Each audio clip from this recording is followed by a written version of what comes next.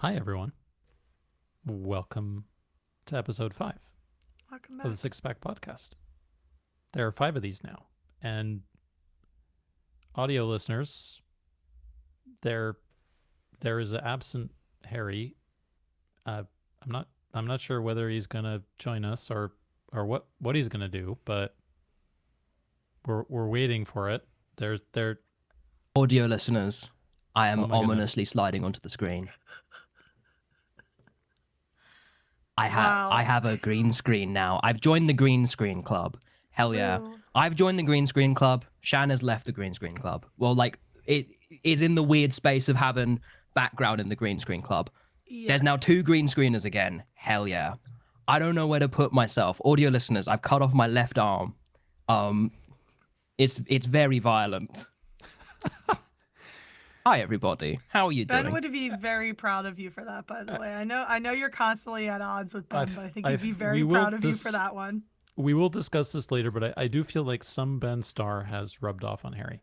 Just a little. Just a tiny bit. Sometimes it causes you to lose your mind. Tiny bit. I can concur. Yeah. Housekeeping. Any housekeeping? I'm Harry. I'm Shannon. We never actually introduced. I don't think, apart from the first episode, we ever actually introduced who we are again. Well, our names I know it's at the bottom of the thing, but Yeah, but audio listeners don't. audio names are listeners there, yep. do not know who we are. Hello, Yeah. I'm Harry, the mod, not the GM.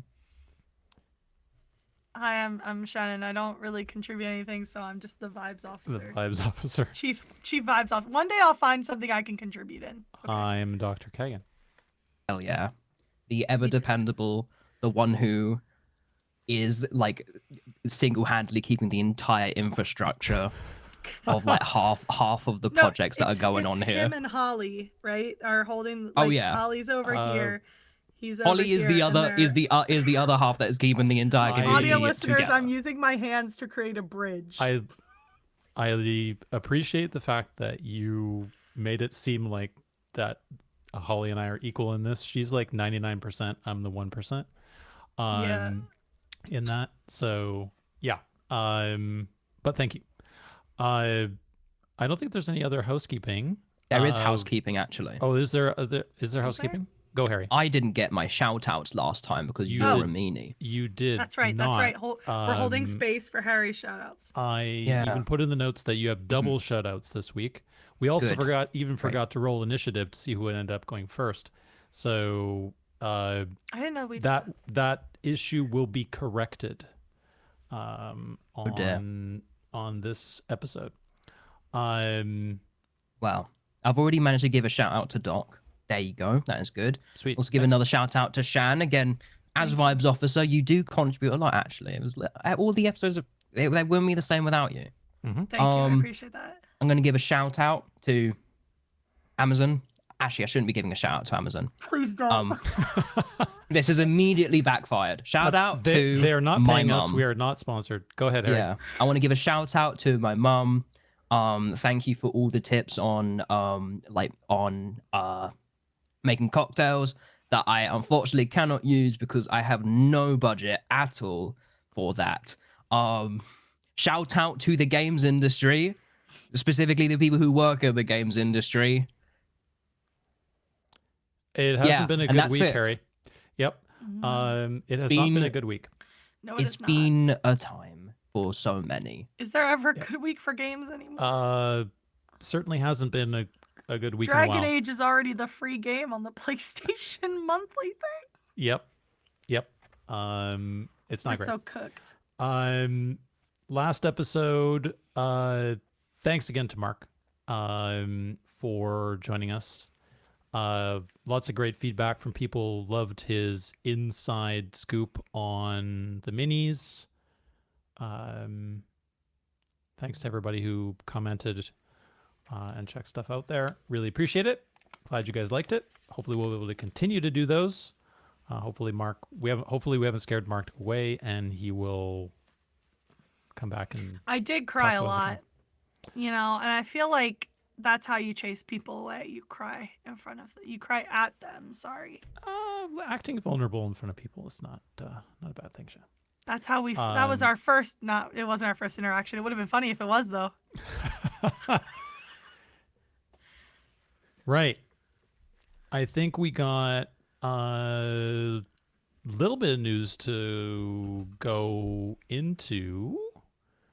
Yes, I believe so. Tiny bit. Tiny bit. That's the February update. I think. Do we have I'm trying to remember whether Holly's published a March one yet.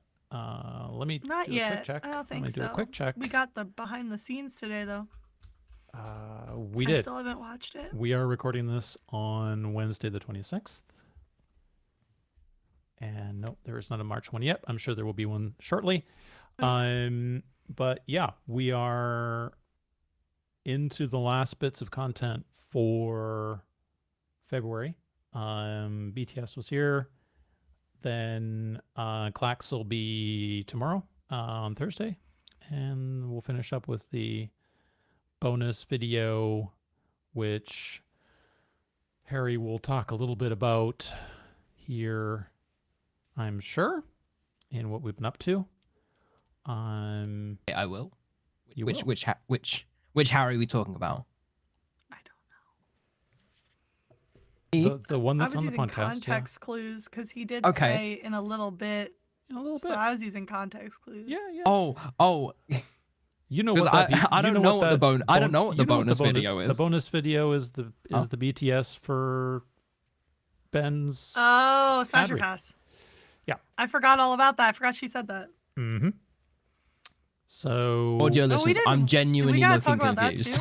too? he is that in looking the notes? confused, but we are going to talk about Ben's Okay. Smash or Pass. Cool. Oh, that. Okay. Yep. That's what the bonus video is on. Oh, Yep. okay. We literally just said that to you, and you still didn't get it. No, This is going great, listeners. Harry is now looking dazed and confused, but it's that thing when, like, we'll get people him say there. something and I don't, don't quite understand it. You just kind of have to just be like, fudge, I've already asked for a re-clarification. I can't ask for a third. for it yeah, again. the second one. It's all good, man. We'll get there. We'll get there. We made it. There was a very unhinged packing stream, which was Meme Central. Yeah. Definitely check out the memes channel on the Discord. You can catch them all. There are some good ones there. I have received my shirt. Harry has his shirt. Shan, Hell you are yeah. still waiting for your Mine's shirt. at JFK as we speak. It finally updated this afternoon, early this afternoon, that it is going through customs right now.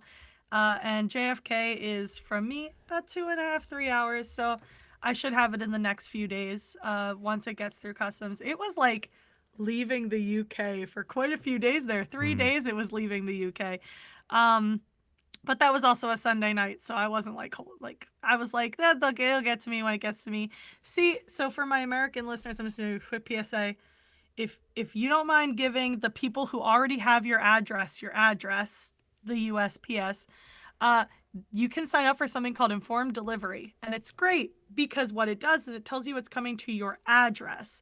So if you don't get a tracking number, or if you just like lose the email with the tracking number, it's the easiest thing. As long as you know where the origin is coming from, you know exactly which package is coming. I have 2 on there right now. I have my Love Hurts sweatshirt from the Jalen Hurts Foundation coming, and I have my merch coming, and I can just see it right there. It tells me where it is, what it's doing. One's in Philadelphia right now, and the other's at JFK. Super easy. So I think this is a great time to support your USPS. A really great time to support your USPS. So sign up for informed delivery today, and always know what's coming in the mail. Not sponsored. Don't delay. It really Use is a good informed time. delivery today. I love informed delivery, actually. It also sends you scans of like your letters that are coming. So because it goes through a scanner to read your address and everything else. So they send you the picture in an email and on the website of what's coming. So like if you're waiting for something, you know if it's coming, which is great. And then you can tell them if you didn't get it. And you can know what it looks like as well. Yep. very Exactly. 21st century. We're in the future. It's almost as if we can, like scan things and send them Isn't to that people. crazy? It's almost as if we could ask the mail where our mail is. That's amazing, isn't it? So yeah, cool for merch. There were a ton of orders. We had a bunch of back and forths in the merch channel about how quickly they got up to silly numbers. My order was about 1,100, I think, something like that. Oh my god. Mine was like and 10:33 or something. yeah, like and that was I like remember telling 4 Harry. minutes 4 minutes after it opened. So Mine was yeah, like 2 to 4. it was crazy. Yeah. I think the packing stream was over 2 hours. I still gotta find mine because I heard them say they did international first, so mine's probably did, yep. fairly but it's hard. It was hard for me here at work with my AirPods, so I'm gonna listen with because Aoife was far away from the microphone, and she was their yeah, it took expediter. about 45 minutes in as well, I think, until they turned the noise gate off because there was a bunch of They were peaking, having so a it was time. hard to They were hear having a people. time. But yeah, It's because Harry was trying to like sing, and it Harry was just trying to was. sing. Ben was coming across licking mute. or wearing everything that got handed to him. Mm. Yep. Ben also was on the floor. I didn't see that part, but I saw the clip. There were dogs. Now there were dogs. There was a Ben, of course, set. The Last Kingdom stream for a hot minute. Yeah, I mean, Ben did what he should never do, which is to set a goal. And the goal was 100 subs, and I will lick the floor. And I can say that I contributed to the 100 subs. Thank you. As you should, because he deserves to be punished for his behavior. Yep, and we got to the 100 subs, I think in record time. It was like, I don't know, 2 or 3 minutes after he set the goal, we got to 100 subs. I think it got to the point where like everyone who was watching on the stream had basically gotten a gift sub, which was really funny. It was insane.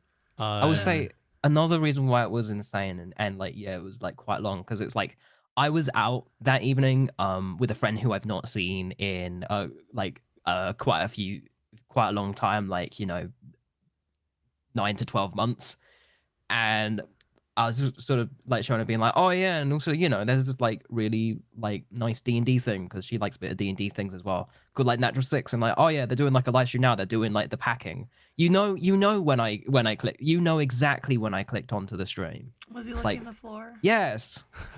That must have been That must have been a little while after I left because I was at work. I know Mary saw me because Mary said goodbye, which was very nice. But yeah, I was at work, so I was like peeking in when I could. So I believe when I came back after I left the first time was when they put fur on Harry, the DM, and he was talking about the Last Kingdom, and I was like, I'm here for it. Yeah. Post-lick. You came in you came into the stream post-licking. I was marked safe. Yeah. That would have been post-lick. God. Yeah, so that was very interesting. I'm very interesting for my friend Grace. Great first exposure to Natural Six. Yeah, just like it's a really nice time. Yeah, that's an award-winning game voice see what actor. they're doing. Yeah, yep. Live reaction from the ramen bar where we were having dinner. Excellent, very on brand for Natural Six. Very good. Before we move on, anything else news-wise, guys, that we should mention? I feel like we're forgetting something, but maybe we're not. I mean, we said we were looping back to the We will loop stream. back to the... I'm going through the notes to see if I can think of anything I missed. We will loop back to the Smasher Pass. I don't know. Yeah, I don't think so. So I think we can move on. Okay. Good. All right.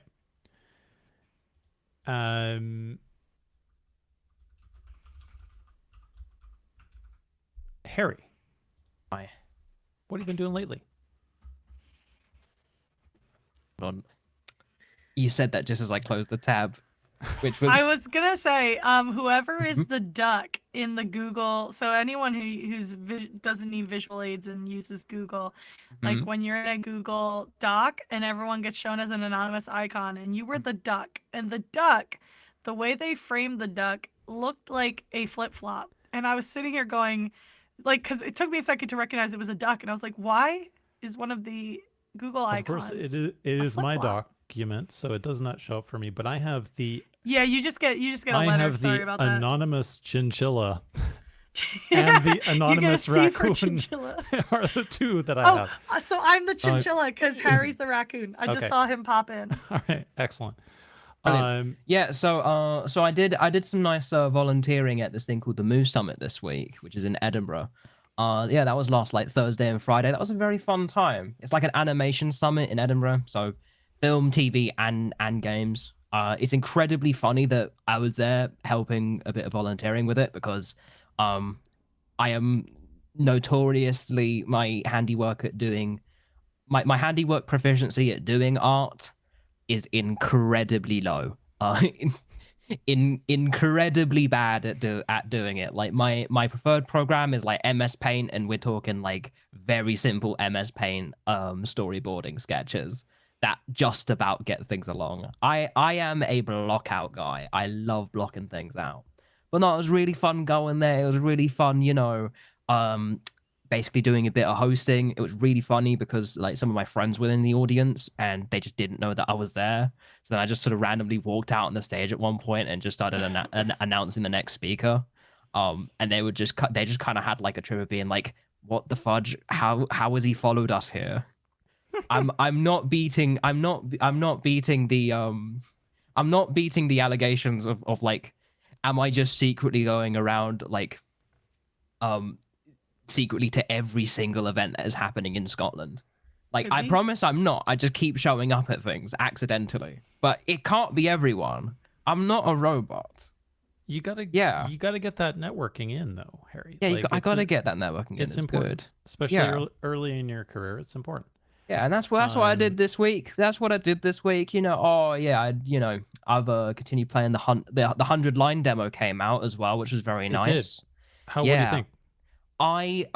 So I am really enjoying it. At the same time, like the game feels like in terms of where the story is going, I don't even know anymore.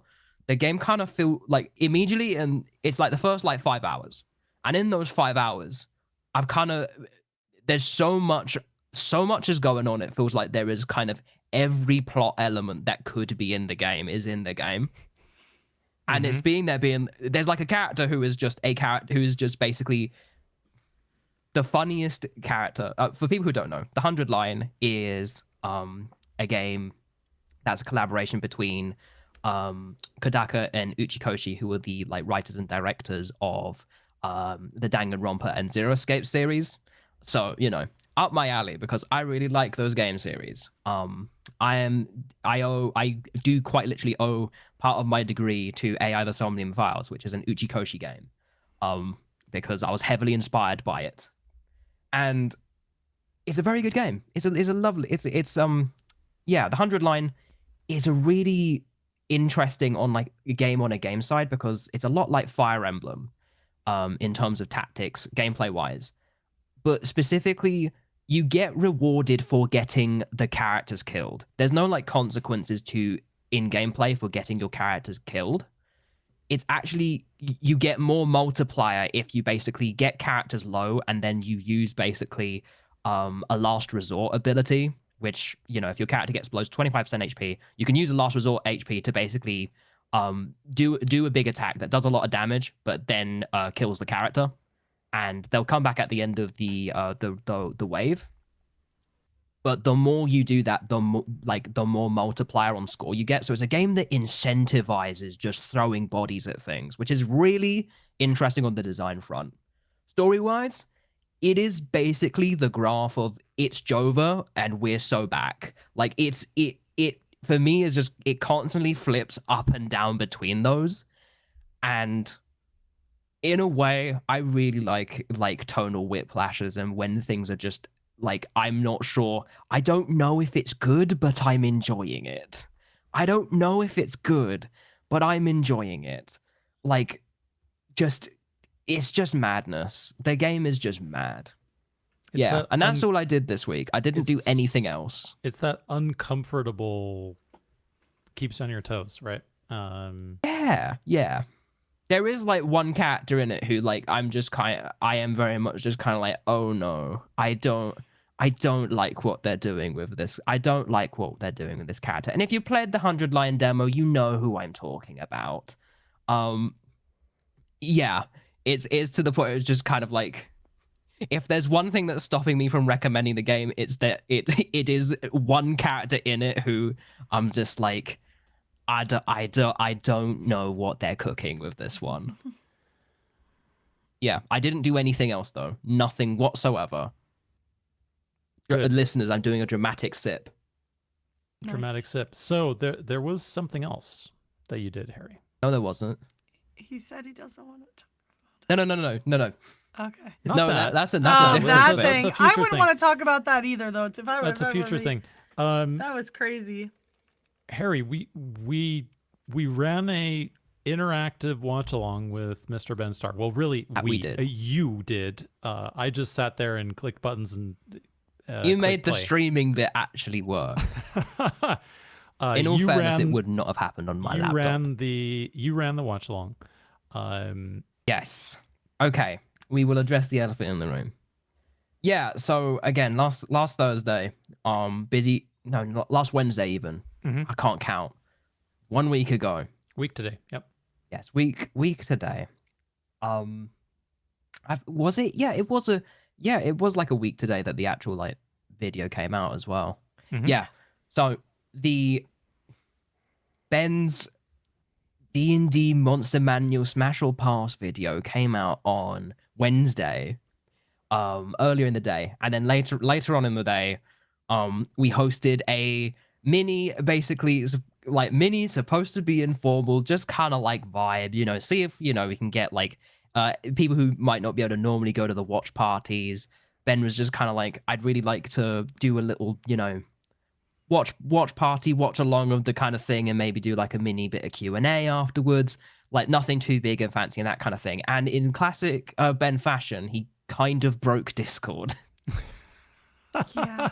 Ben breaks the internet. Yep. So, we had to figure out how Discord stages work. I mean, like, I think there was over like, 50. There's definitely easily over like 50 people who came to like that. 59, yeah, at one point. Yeah. I think when I saw it at peak, it was 68 or something like that. Yeah. Oh my god. Yeah. And then a couple people left, I think, when they saw how big it was. Yeah, it was good. Yeah. It was a really fun time. And yeah, Ben was really happy with like how it went, and just with like the opportunity to just kind of like keep doing stuff with the community and kind of give back to it and interact with it in that way. That was really cool. It was really cool. It was definitely interesting setting it up though, because he did just kind of announce it on he just kind of announced that he wanted to do it on a random day. And then the conversation had to go down of being like, Ben, you have spoken this into existence. So I am going to have to commit to this as the watch party guy. But it's fine, because it turns out he did really want to do it. So I was like, don't worry, my man. I'm already on top of it. And we kind of like basically just worked it out from there. But yeah, so if you're listening, Ben, thank you for doing that. That was a lot of fun. And yeah, if you ever do any more cursed things, you want to show up and do that again, let us know in the usual channels before you at everybody in the general chat. We're happy to help you out, Ben. But yes, yeah, if you could just let us know a little bit ahead of time and not at everyone beforehand, that'd be swell. You know what they say? It's better to ask forgiveness than permission. That is 100% true, Shan. That is quite literally just the Radiant philosophy, though. Yep. That is definitely the Radiant philosophy. He was acting in it was method acting. He was acting to type, acting in archetype. ADHDs, because that's definitely how I live my life. It's got to happen right now, otherwise it will not happen. Yeah. So Yeah, the Q&A was interesting because the Q&A mostly just kind of turned into asking Ben to smash or pass increasingly more obtuse things. Yeah. Yep. Yep. Which was on brand. That is exactly what he asked people to do. So Yep.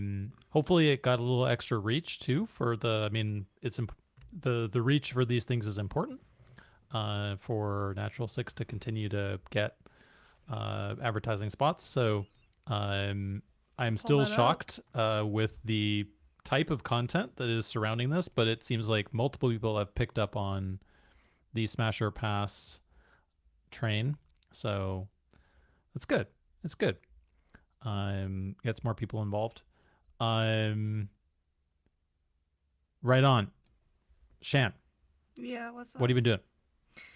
Oh, I moved the notes because I was pulling up. I was checking the numbers on You on don't Ben's little need video. the notes to tell our lovely Listen, listeners I didn't want to. what I you wanted to have remember done. what I've been doing. Like, I don't want to forget because there's so many thoughts running through this noggin. You never know who might email you asking you, what are 5 things you've done last week? Yeah, you never know. You never know. And then you could lose your job if you don't answer. But then also it's completely pointless because then the email box got filled with like 1.5 million emails in it, and it's like, wow, what efficiency. What efficiency. Don't email me the 5 things that you have done, please. I don't have your email. Well, I do have. Never mind. I do have your email. Never mind. I take it back. So I guess the biggest thing I did was between episodes. It was literally the weekend we recorded last. For those of you watching, I went to the Eagles parade, and this is a picture. It's a portrait mode picture, so I did what I could to frame it really nicely. But this is a picture of the Philadelphia Museum of Art, which was the end of the parade route, and where they had the speeches and stuff for the Super Bowl champion Philadelphia Eagles. I'm somewhere down. Hold on, down here somewhere. It's Audio listeners, you I can are help you with currently this. seeing the Rocky I'm so steps. sorry. Yeah, Wait. so this what we call the Rocky steps, which is the steps that leads to what's actually the back entrance of the Philadelphia Museum of Art. So if you've ever seen the Rocky movie, Where were you? oh God. Oh God. Harry, just don't dox yourself, buddy. Yeah, I'm doing Harry. it. It's okay. I'm Where so is it? zoomed in right now. Okay. So, so this is the back of the art museum. It's a famous facade in Philadelphia. You actually can look all the way from City Hall to the art museum down the Parkway. It's really cool. It's one of my favorite features of Philadelphia. But they always have their speeches there because it's a really open spot. There's a big like park in front of it. And then obviously it's high up because the stairs are very high. So if you've ever seen Rocky, they're the steps that Rocky runs up. Da-da-da, those are the steps. If you look carefully, which you can't, I showed Doc this, but right in the middle of the picture, for those of you watching, I'm pointing right at it. They actually put the Rocky statue right at the center of the steps. He usually doesn't live there. He lives in a little corner park over here. But so that was pretty cool to be there. Me and thousands, maybe perhaps a million of my best friends. Watching the Eagles parade. This is from if you couldn't tell by the color of the fireworks, this is from the end of the national anthem. But yeah, it was huge. There were a ton of people there. More people showed up as the day went on. I was on my feet for like 10 hours because we got there really early and we were going to watch the parade from the Parkway. But then my brother noticed that there was so much room still at Eakins Oval to actually watch the speeches. So we did. I was there from I think we got there around 8:30 till about like 3:30, and then we had to walk all over Philly to go find food because a lot of places were like, understandably, because there were so many people in the city, were limiting people. They also, I don't know if it's gonna take me forever to find the picture, but they turned our famous love sculpture. I'm sure I have one. Wait, this famous love sculpture, them being Jordan, like the sneaker brand, They've recently started sponsoring Jalen Hurts and our MVP quarterback. And they did something really cool where they added to the end of the love sign a comma. So it said love and then Hurts, as if from him, because it was on Valentine's Day. The parade was on Valentine's Day. So I spent Valentine's Day with a million of my friends watching the Eagles celebrate the Super Bowl. We all sang "We Are the Champions" together. We had the Exciting Whites, which are two of my favorite players of all time. We call them the Exciting Whites off after the wine meme. So it was fun. It was a long day, Why are cold they day. called the Exciting Whites? So there was a wine meme that went around, which was like anytime like there's like a cool white person or something, they post this picture from a wine shop that says "Exciting Whites" over like the white wine section. So we started referring to them as the Exciting Whites. Their names are Reed Blankenship and Cooper DeJean. Okay. Cooper DeJean, famous for smashing the corner glass ceiling, because corners are usually played by they're usually black players, and he's white. So we had a lot of memes when we drafted him about how he's breaking glass ceilings. DEI hire. But they're really funny. And they literally had themselves introduced as the Exciting Whites. But the speeches were great. Everything was so funny. Like it was just a great time seeing a bunch of my favorite players up there celebrating, some of them very drunk, celebrating an incredible win. Some of the speeches I can't quote, but they were good. So that was fun. That was one of the things I did. That was one day. I happened to be off that day, so that was very exciting for me. I'm still trying to play Balatro. Guys, it's so upsetting. I was under 20,000 chips away from finally beating the 8th ante. And I lost. I was I almost cried. If I wasn't also in the middle of doing something at that time, I think I was like in a call or something. I was doing a work thing. I probably would have cried. Because I was that close. It was the Crimson Heart. And so what it does is it debuffs one of your jokers randomly each hand. And it debuffed the Hanging Chad, which is the one I needed to win. And it was over. I was devastated. I was devastated. You will get it next time. I can't tell you how many rounds I've played of this game. And I still can't beat it. But I'm gonna get there. It's gonna take me a lot longer than I wanted. So how it happens is like with Balatro, there's the point where you get to like basically, it's the climb up like the mountain. Yeah. To get to that first win, and then you win that first mountain. You get up that first mountain. Then after that, it's like once you've just climbed up that first mountain, the first time, which is the hardest thing. Yeah. Weirdly, honestly, a lot of the other ones, they just start clicking somehow. Yeah. It's just like once you get that first one, everything else starts clicking in. So, but like you're almost there. It's always upwards progress, even if it looks like it's downwards. Yeah. It's a silly RNG game. It's so hard. But I will defeat that stupid Joker man. I will defeat him. You will defeat Jimbo is clown. mine. And then I finally played some Shadowbringers. Like, because I want to commit, I want to sit here and actually play it for some time. And so I finally took some time to do some MSQ. So I am finally in Ilmeg. For those of you who know. Ooh, yeah. Just hooked up with Urianger. So that's literally where we left off, is where he tells me what he saw. I don't want to give any spoilers, but he tells me what he saw. So I'm excited. My favorite thing about playing in Norvrent is trying to use the geography to be and this city state would be here. And it's actually really fun because Yulmore kind of does have some visual similarities with Limsa Lominsa. And obviously the Crystarium is roughly where Gridania is, and then you have Amarang, which is obviously Ul'dah coded. And then it's this one disappeared years ago, and I was like, oh no, it's where Ishgard is. And now I'm just being bombarded with these fairies. But it's fun. I'm having a good time. I'm happy to see my bros again, my broskies. I just want to say Thancred has the most like excellent re-entry of a character into a story. He already had a pretty good one. This one was even better.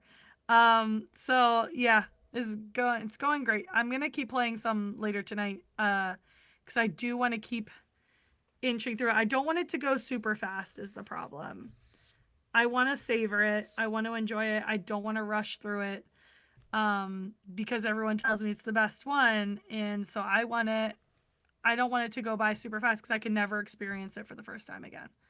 So That's good. I will say at the same time though, it's fudging long. Like you think, okay, I can tell because it already has me like doing branching storylines like right out the gate. I'll say like, you know, just because like especially for Shadowbringers it's kind of interesting because with the other ones, roughly your progression is roughly tied to the areas in which you unlock. But conspicuously you'll notice like I have already noticed you've unlocked a whole bunch of areas. And you've unlocked a whole bunch of areas. They start doing like some Metroidy levely like things in terms of them. One thing which I will say though, because sorry, I'm really like trying to not, but just like are you sure that the Crystarium is Gridania? Where is the Crystal Tower located? I said roughly. It's kind of in a weird spot, because it's just south of Kurthus, really, which is also Gridania. Gridania is kind of just south of Kurthus, and so is Mordona. So it's kind of like weird. That's why I said roughly, because it's kind of like, I think the idea with the bit outside where the Crystarium is, it's supposed to be what Mordona should have looked like had there not be lots of wacky Final Fantasy 14 events happening here. And I mean, honestly, given how like if you really get into the lore of Gridania is, it's like, you know what? It's fine if it doesn't exist. I'm cool with it. Like, as someone who really likes Gridania, it's like, that place sucks if you talk to some NPCs. As a fellow Gridania starter, I started as DrKagon. I started in Ul'dah, and then I got there, and all I wanted to do was get to Gridania. And I get there, and I started talking to people, and I was like, cool place. Oh, rancid vibes. Cool place. Suck. Rancid vibes. And the elementals suck too. Like, they're just letting people die willy-nilly even though they can save them. Crazy stuff happening in Gridania. But yeah, no, I figured it was something like that. Shan, it's just so funny that so many of the major areas are so visually the same to like the areas they were inspired by. It's just really cool. The fun reflection, if you will. All I'm just saying, oh god, I'm waiting for you to get to. I'm waiting for you for something to happen soon, and you'll know. I still have to get you that video of me finishing Shadowbringers and just realizing I'd been confusing Joe Dempsey with Jonathan Bailey for so long. And that's really the fact funny. that like it was literally because I'd been listening to Dancing Through Life all day that it hit me that I was just hearing Jonathan Bailey and I just hadn't heard his like old voice in a while. Oh wow. Are you aware? I just want to ask: are you aware of like the Final Fantasy, like the music memes, the memes with Soken? Do you know Lahi? Yes, I have seen them. I can't wait. I know. I can't wait. It's coming. I'm doing my best not to watch it or listen to it until I finally get there. I've seen that clip so many times. I've sent it to my friends so many times because there's something so funny about him playing literally two like of those automatons at the same time that just makes me feel joy when I feel like nothing matters anymore. Like I watched that and I'm like, you know what? Maybe there is hope. And the poor pianist just like stuck there. It's the greatest video ever made. And someone sent me the Yangsha version as well, which is also incredible. But yeah, I've been trying not to hear the original version so that when I go in, like all I'm gonna think about is automatons. But I'm also just gonna think about like Soka just sitting there trying to sing this song in a register he was not born to sing in. Next, like Next Can't time we wait. do this, next time we do this, I do want to have a chat. Next time we do this podcast, I do want to have a chat about this because like I'm holding my tongue so badly. I'll holding my try and tongue. get there. I'll make my goal to get to You just keep going on. You just okay. keep going on. You'll be fine. You'll be fine. I'm excited. I'm Next scared. time we'll. Final Fantasy I Corner. think we have no guests scheduled for next time anyway. Get someone who plays Final Fantasy 14. Yeah. So we'll throw up the. I'm already gonna have to put Final Fantasy 14 spoilers. I was trying to be so vague too. in the timestamps for this anyway. Yeah. All right. What have I been doing? Yeah, what have you been doing? What have you been doing, Doc? What have Right, you we should be asking you, Doc. What have you been doing? You can What cut have I out been the rest of it up until now, What have I been doing? or you can leave it in and we just sound terrible people. What have I been doing? It is in the run up to end of quarter for us business wise, so it's been a bit crazy. Last week was like, it felt like it was Natural Six every evening, which it kind of was, like It kinda Tuesday, was. Wednesday, Thursday last week. So it was pretty busy, and of course we were doing the watch party, Harry. We were prepping for that, double checking everything, making sure we had all the stuff in the background going. Then there was the stuff on Thursday. I was also single parenting last week, which was fun always. And then I managed to work in a little Final Fantasy VII Rebirth. About 30 hours in. Act 5, I think, right now. You're So getting there. yeah, just getting there slowly. Similar to what you were saying, Shan, just Yeah. kind of enjoying it. Like, I know where the story's going, Exactly. kinda, but it's been a long time since I played. One day you'll hear my beef with this game. 7 originally. But yeah, I'm getting through it. Yeah. Enjoying my time.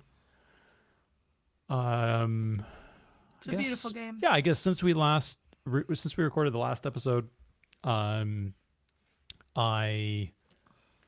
rebuilt my PC. Tried to get a GPU that I thought might have been the old PC, which turned out to not be the old PC, but rather the GPU itself. So there was a bunch of song and dance with all that. Things have gone back to hopefully be repaired. So did all that. Thankfully, everything seems to be all working nicely. Managed to migrate stuff to the new goodies, which is good. And I've spent a couple hours in Cabernet. Good so far. Voice acting is great. Story is good. I know there's a couple points that there's some kind of ugly bugs. I need to double check and see whether they fixed them. But yeah, having a good time in it so far. I played it at EGX. Did you play it at EGX? Did you play anything at EGX other than running your own stuff, Harry? I mean, I honestly, like, I was able to like look at a few things. I genuinely did not have time to play anything. I don't think. Yeah, so they had a. But I saw the stand. I mean, it looked was at the game biggest marketing stand there, probably. Yes. Other than the one like semi MMO game, I can't remember what it was called. I'd have to look back at my notes. Yeah, so doing that, watched the end of season 1 of Severance, which was good. Ooh, yeah. So now that the second season is like kind of on the go, They had to wait 3 years. Yeah, after like 3 that. years. My yeah. my friend watched it when it was airing the first time, and so like I watched the whole first season in one day, and she was like, I finished the episode. And I was told her like, okay, first episode came out yesterday, so I guess I'll watch it like after a break. And she said, during your break, I want a picture that you waited 3 years for this next episode. And I was like, wait a second, did you just say 3 years? Insane that they did that after that that cliffhanger. That's crazy. I need Yeah. to ask about. I need to ask about Severance because I keep hearing about incredible. Severance. That's So good. Severance is not. Oh, God, I'm trying to remember what the other one, the other show There's- was.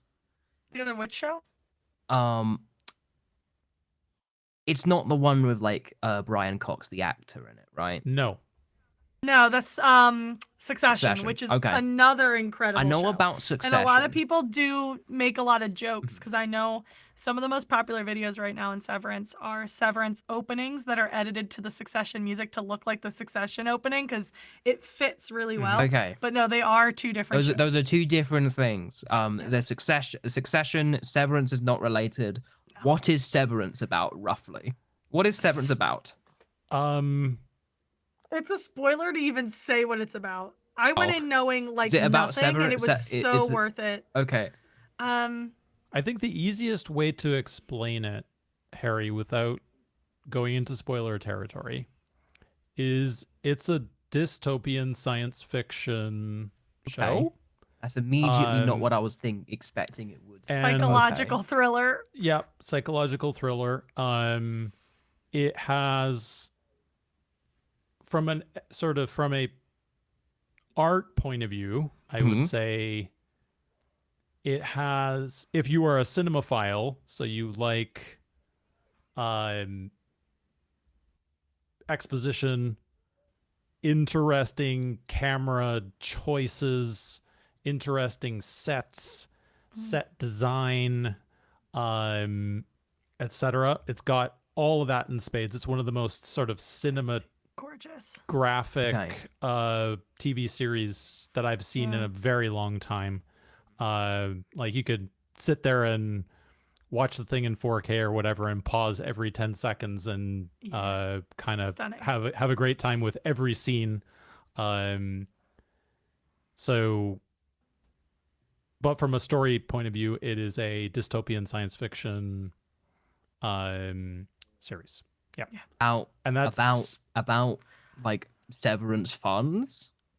No. It's about working in an office. Okay. That's the most I can give you. Cinematography, and this one's got good cinematography, and it's about the being in a fudging office. Yep. So here's the thing, without saying, if I tell you what the show is actually about, it will literally like, because not me going into the first episode, knowing that the show existed but knowing nothing about it was the best thing I could have done, because it means when you find out, because you do find out in like the first episode what's going on. Like they change the questions that you're asking essentially with every episode, which is really cool because it means like you're getting answers, but there's still something there that you need to know, and that way it doesn't feel like they're hiding a ton from you. But the whole not the gimmick, but the whole reason for the reason is in the first episode. And if I tell you, that gives away basically the whole plot. So it's better to just go watch the first episode and see what happens.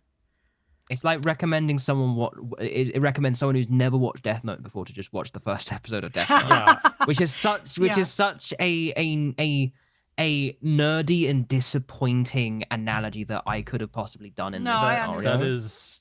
That is to me, that's kind of like my experience. I would say in general, Shan is absolutely correct. How do you watch this, Severance? It's on Apple TV. But, you could also get on a boat. On the high seas. Oh, okay. Yeah, I have Apple TV because I am an Apple customer. So like that's how I watch it. So but not everybody has that, so I'm here to help. Yeah. So I mean, in general, yes. It is definitely not I feel like it has something for everybody. Yeah. And I also feel like while watching it, you don't have to have this thing in your back of your mind, like, when is this going to get good? When is it, like, it is good from minute one. So honestly, if you don't like it after watching one episode, you're not going to like it. Because it is literally more of the same, arguably with more of the same turned up kind of one level almost each Yeah. time. So yeah, I think It's incredible. it's best that we stop there on it, because we'll spoil bits of it. You But did yeah. remind me though that Mm-hmm. I'm not, this is not about Severance. It's related to Severance, related to something said earlier. I forgot about to update on Oscar Watch, because that's the other Oh thing yeah, I've been doing. how are you doing in your Oscar watch? There are 2 movies we can't get. So we're going to be going into Oscars unless they come out in the next 3 days. We're going into Oscar Watch 2 Oh, movies short. because they're not available. available in the US. Yep. So I'm still here is one. I keep confusing with I'm not there, which is funny. And then so I'm still here, and A Complete Unknown are the only 2 I have not All seen. right. The worst one is Amelia Perez. There's no spoiler on that one. That's the worst one. Best one, my personal favorite was Anora. I don't know if it's gonna win. I think it's probably more between Conclave and The Brutalist. But I don't know if you guys read the interviews with the Academy voters, which are insane to read. Half of them aren't even finishing The Brutalist because it's too long. It's like they can watch these movies for free. That's what drives me nuts. So it's up in the air. I'm hoping it goes to Honora. I'm just hoping Amelia Perez loses as much as possible, because that movie is horrible, and it's insane that they all keep nominating this movie. I don't even want Zoe Saldana to win, if I'm being quite honest with you. Having the best performance in a bad movie doesn't mean you get an Academy Award. I think that should go to like somebody else. But yeah, it's really bad, guys. Don't watch Amelia Perez. Like, don't do it. It's not worth the time. It's bad. But anyway, yes, that's Heard where it we're here at. first. Shan is. I is hope not you loving, didn't hear it here first. Is not loving Amelia Perez. No, but well, in 2 weeks we'll I have see not how it seen goes. it, but I have seen Honora and The Brutalist and Conclave. Yes, those are my 3 favorites. Yeah. I don't know that I would go in the same order as you, but yeah, I liked it. Liked him. I really like Conclave too. I feel like that's just the safe pick. So if it wins, I'm not gonna be mad. If The Brutalist wins, I'm not gonna be mad. I just think Honora was really fun, and the was good. Substance. If the Substance wins, that'll be crazy. That'll be crazy though. That'll Yeah. be crazy. That I think that's highly unlikely, but It's highly unlikely, but it would be. I hope Demi at least gets it. Yeah, she deserves it. She deserves it, I think. I right. want to just quickly. So I just Yes, want to Harry. really quickly ask. Did you just say that like the people who are like judging like the things weren't watching one of the movies because it was too long? So I'm gonna make this as brief as possible. So every Academy Awards, some kind of crazy thing comes out, because they'll interview Academy voters, and some of them will talk to them under like promise of anonymity. And I don't remember what year it was. I want to say it was a couple years ago, not last year, but like they came out and said like a couple of them, they don't even watch like best animated feature. They'll vote for the one that their kid liked the most. So if their kid talked about it, they voted for it. This year we've heard stories about this year's just been particularly insane. So we heard stories out, like I said, they're not finishing The Brutalist. But why? You got one job. You literally have one That's job. not true. They they'll have vote for more their than friends. one job. Okay, Yeah. true. Yeah, they have more than one job. They'll vote for their friends. Kirsten Dunst though was asked like, did you watch, like how many did you watch? She said all of them. I'm an Academy voter. So like some of them don't really have much of an or at least sit through one of them. But I mean, I can understand The Brutalist. It's over 200 minutes long. It is very long. It is. It's good, but you can it watch is a them at slog. home. They get free digital access to these movies. It is a slog. It's a slog. They'll vote for their friends. They'll vote for people they know. Yeah. My particular favorite story is that a couple of Academy voters said they didn't vote for Ralph Fiennes because he won before for Schindler's List. Spoiler alert, he did not win for Schindler's List. So like they just like, it's arbitrary essentially. They just do whatever. So like some of them take it very seriously. Some of them don't. That's why I'm scared Amelia Perez is going to win everything. Wow, that's fascinating. I mean, how many voters are there in this then? 9,000 some. Oh my gosh. All the Academy members, I think, right? Yeah. Oh wow. Yeah. So they don't. So it's not like a there's most a jury of or them anything like are that. actors. Like the There's a ton. biggest branch is actors, but you also have like Yeah. cinematographers, directors, producers, editors. Like it's a pretty diverse Okay. bunch. It's just that There's a acting ton. is the biggest It's section of it. almost as good as the Game Awards. yep. And we will move swiftly on. We are gonna skip out on Art Showcase this week, even though there are tons of great art pieces currently on the Discord. I will be calling a few people out over the next little bit here to showcase their art next time we get together in a couple weeks. There's some unbelievable stuff in there right now. So watch out for that.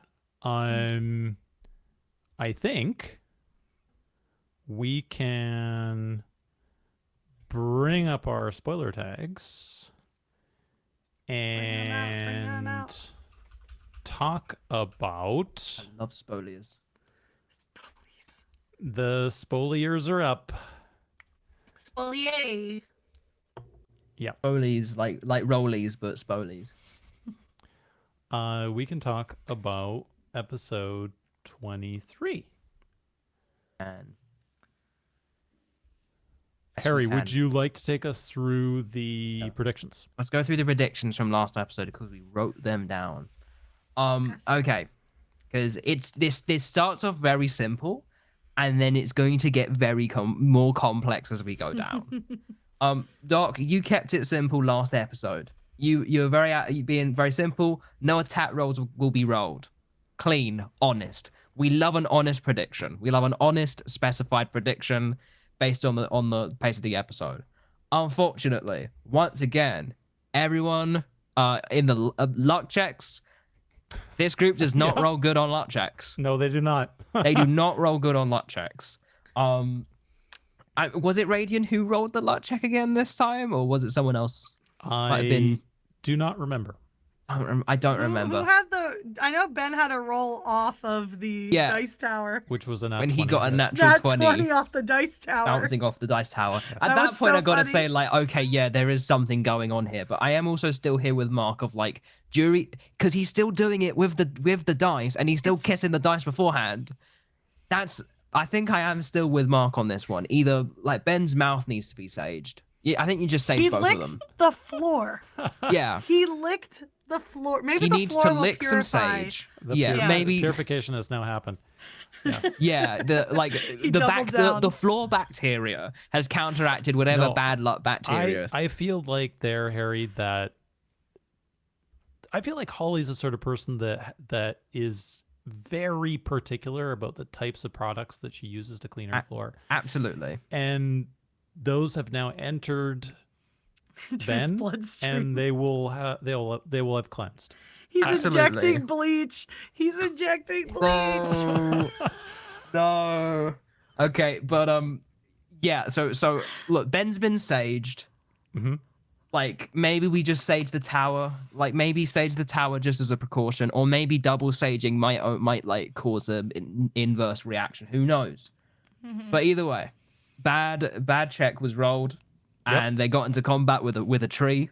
So They did. so Of all with a tree. things. With a tree of all tree. things, featuring With about 25 minutes to go in the episode or something like that, right? yeah, you were so close. I think really funny moment from that was just I getting the final kill yet again, and Harry being like, Alex, how many heads turn this time? Yeah, it's turn. Yeah. And it just leading to the most anticlimactic kill of all time. Yep. Love it. You got to have restraint. We love that. But yeah, unfortunately, no points for you, Doc. You got it wrong. That's a bummer. Completely false. So my prediction was that Asuka will have to move out of her home because of the association with the party. Yes, Yep. I was correct. There's not much to be said here apart from hell yeah, she's gonna go to Mouse. She's gonna go to Mouse. I wish we could follow that story. I wish we could have more Asuka in general. I like Asuka. She came in. She burned brightly, and now she's gone on to greater things. I've said that almost like she died. She didn't. She She did didn't not. die. She did For not the die. listeners, she did not in die. action search, Harry was saying he was considering it. He was considering killing her, which would have been a He did say been a thing. that would have been yeah. I think I said last episode here that we've had one side of the feels. I hope that we have the other side of the feels, which is Joy, coming up here soon. And Yeah, Asuka was please. certainly offering that, so hopefully we'll get more Joy-like characters. yes. Mm-hmm. Now we need to go on to Shan's double prediction, like two-parter prediction. We have no formalized structure going for how we're scoring this, No. apart from just like I guess winning fine. points. Initially, Shan's prediction was initially they get down from the tower, which I must put my hands up and Because confess. everyone was saying, I don't know how they're going to get down from the tower. So I responded with, I think they're going to get down from the tower. But like they're not going to.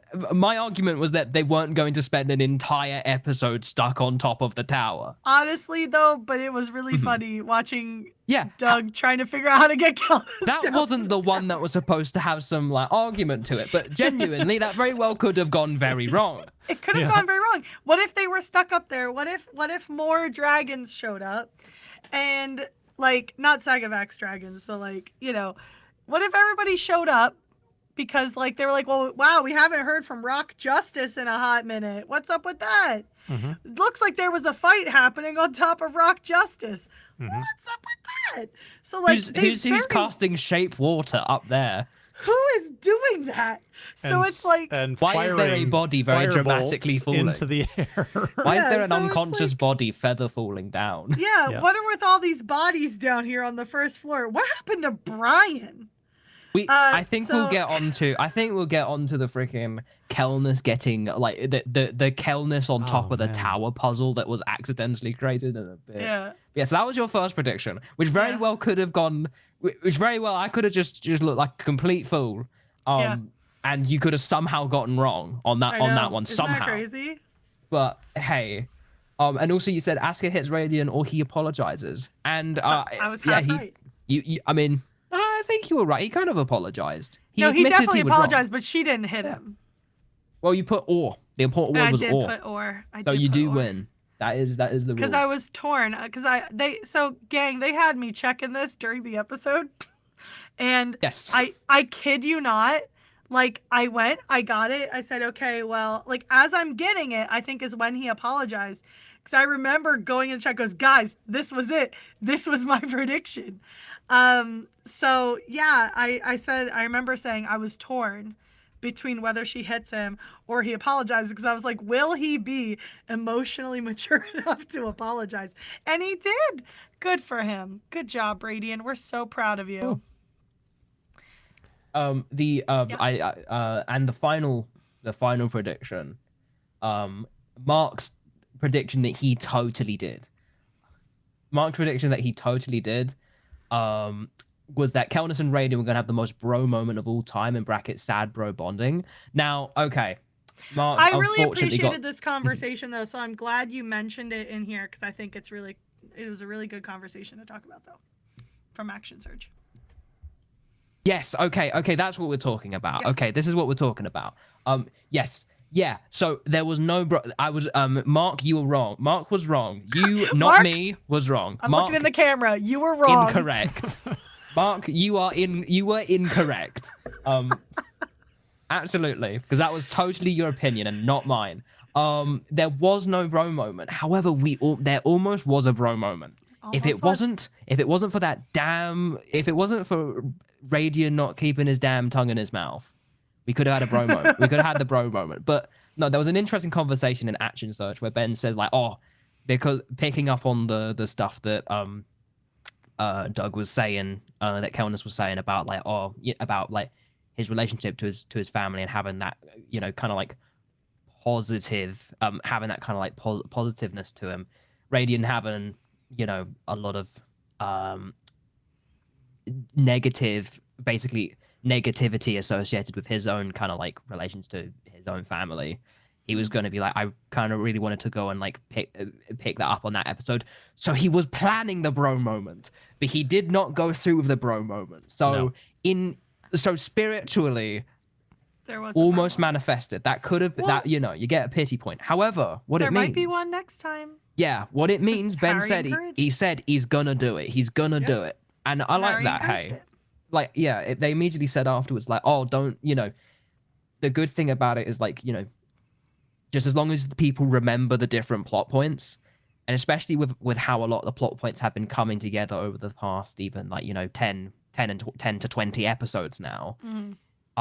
Everyone has been sort of keeping sort of like little notes on the little kind of like footholds that have been seeded throughout each of the different episodes, from the Web Killed My Family to say, for example, literally in episode zero's backstory that was very briefly kind of like mentioned and put in there, and then basically only has really come back up again now. It's good to be able to like pace that out and rather have it be this episode we're going to entirely bombard Kel with all of basically the what the hell, what's going on with that, reaction, and then we're just fully moving on. Like, we're moving on, but it's good to know that everyone still wants to continue and sort of let that kind of simmer and approach that, but not in a way where you just have to do it immediately that session, or otherwise you're going to forget. Because I think that's cool.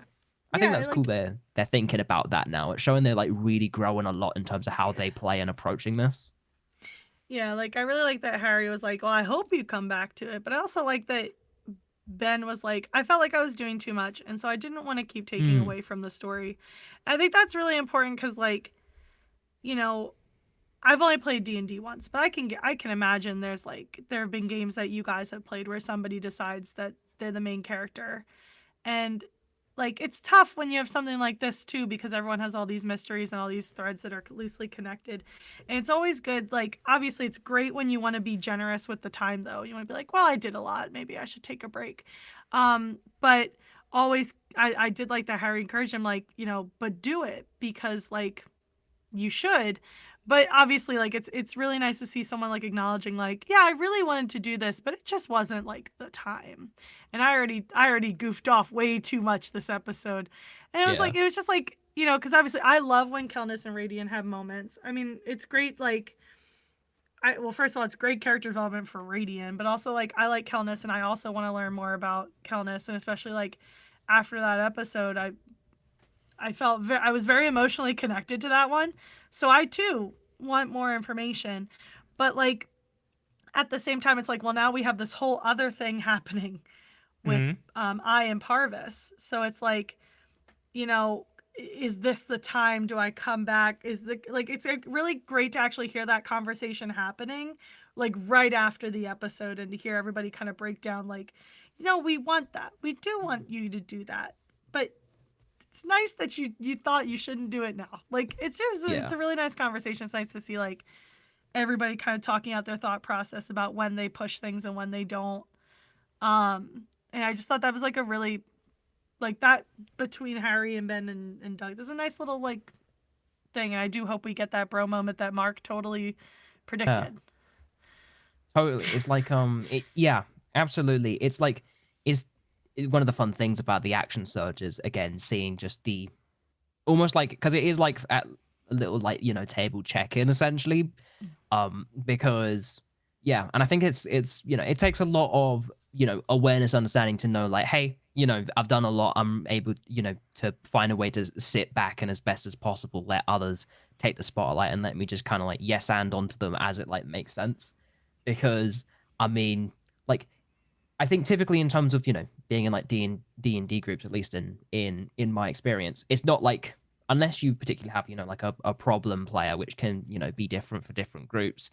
Normally, like, what it can just kind of be is like, really anyone can just tend to it's very easy just to tend to be like a player who either accidentally like misreads or misunderstands and then ends up taking up a bit too much of the spotlight than they feel comfortable with. But I mean, it's important just to have those little like mechanisms to, either identify that or just kind of like double check, being like, hey, I felt like I was worried I'm a bit like, encroaching a little bit too much in today's session. So sorry about that. Or, the good way to like get around that and to avoid that constant like thing of, because I don't think people intend to accidentally spotlight themselves far too much.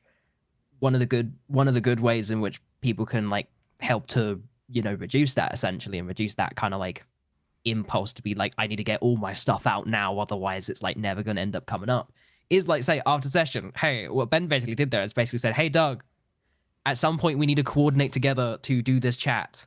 Like in my main D&D games, I've literally been waiting like 3 weeks to have a like basically coordinated chat which both me and another player know that we want to have. It's just like we need to find the right opportunity to do this. We both know that we're going to do this. It's both in our minds. We're going to make this work. We're going to find it and fit it in where it makes sense.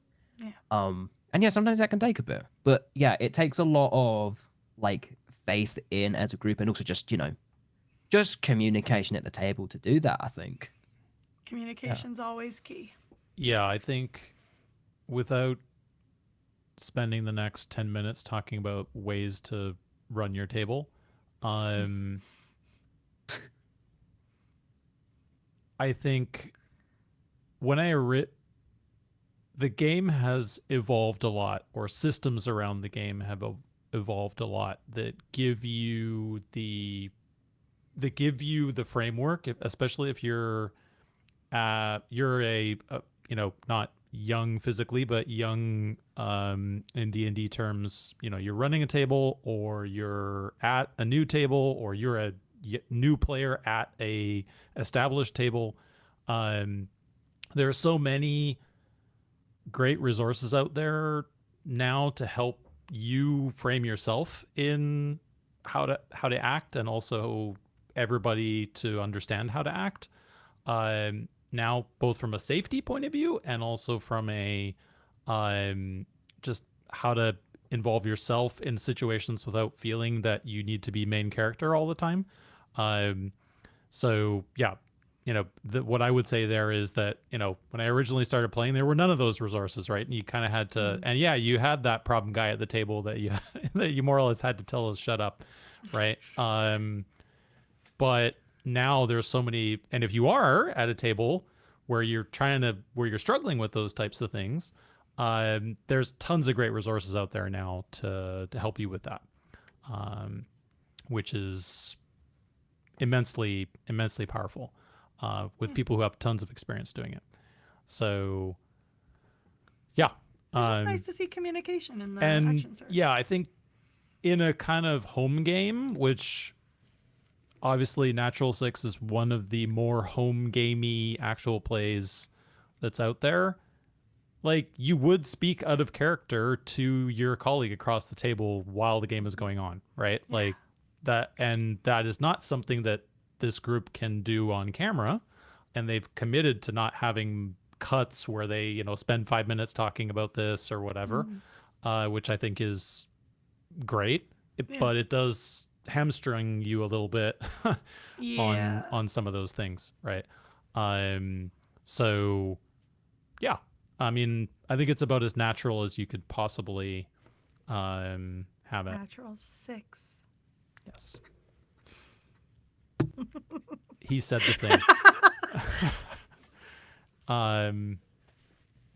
Good. The D9. Whoa.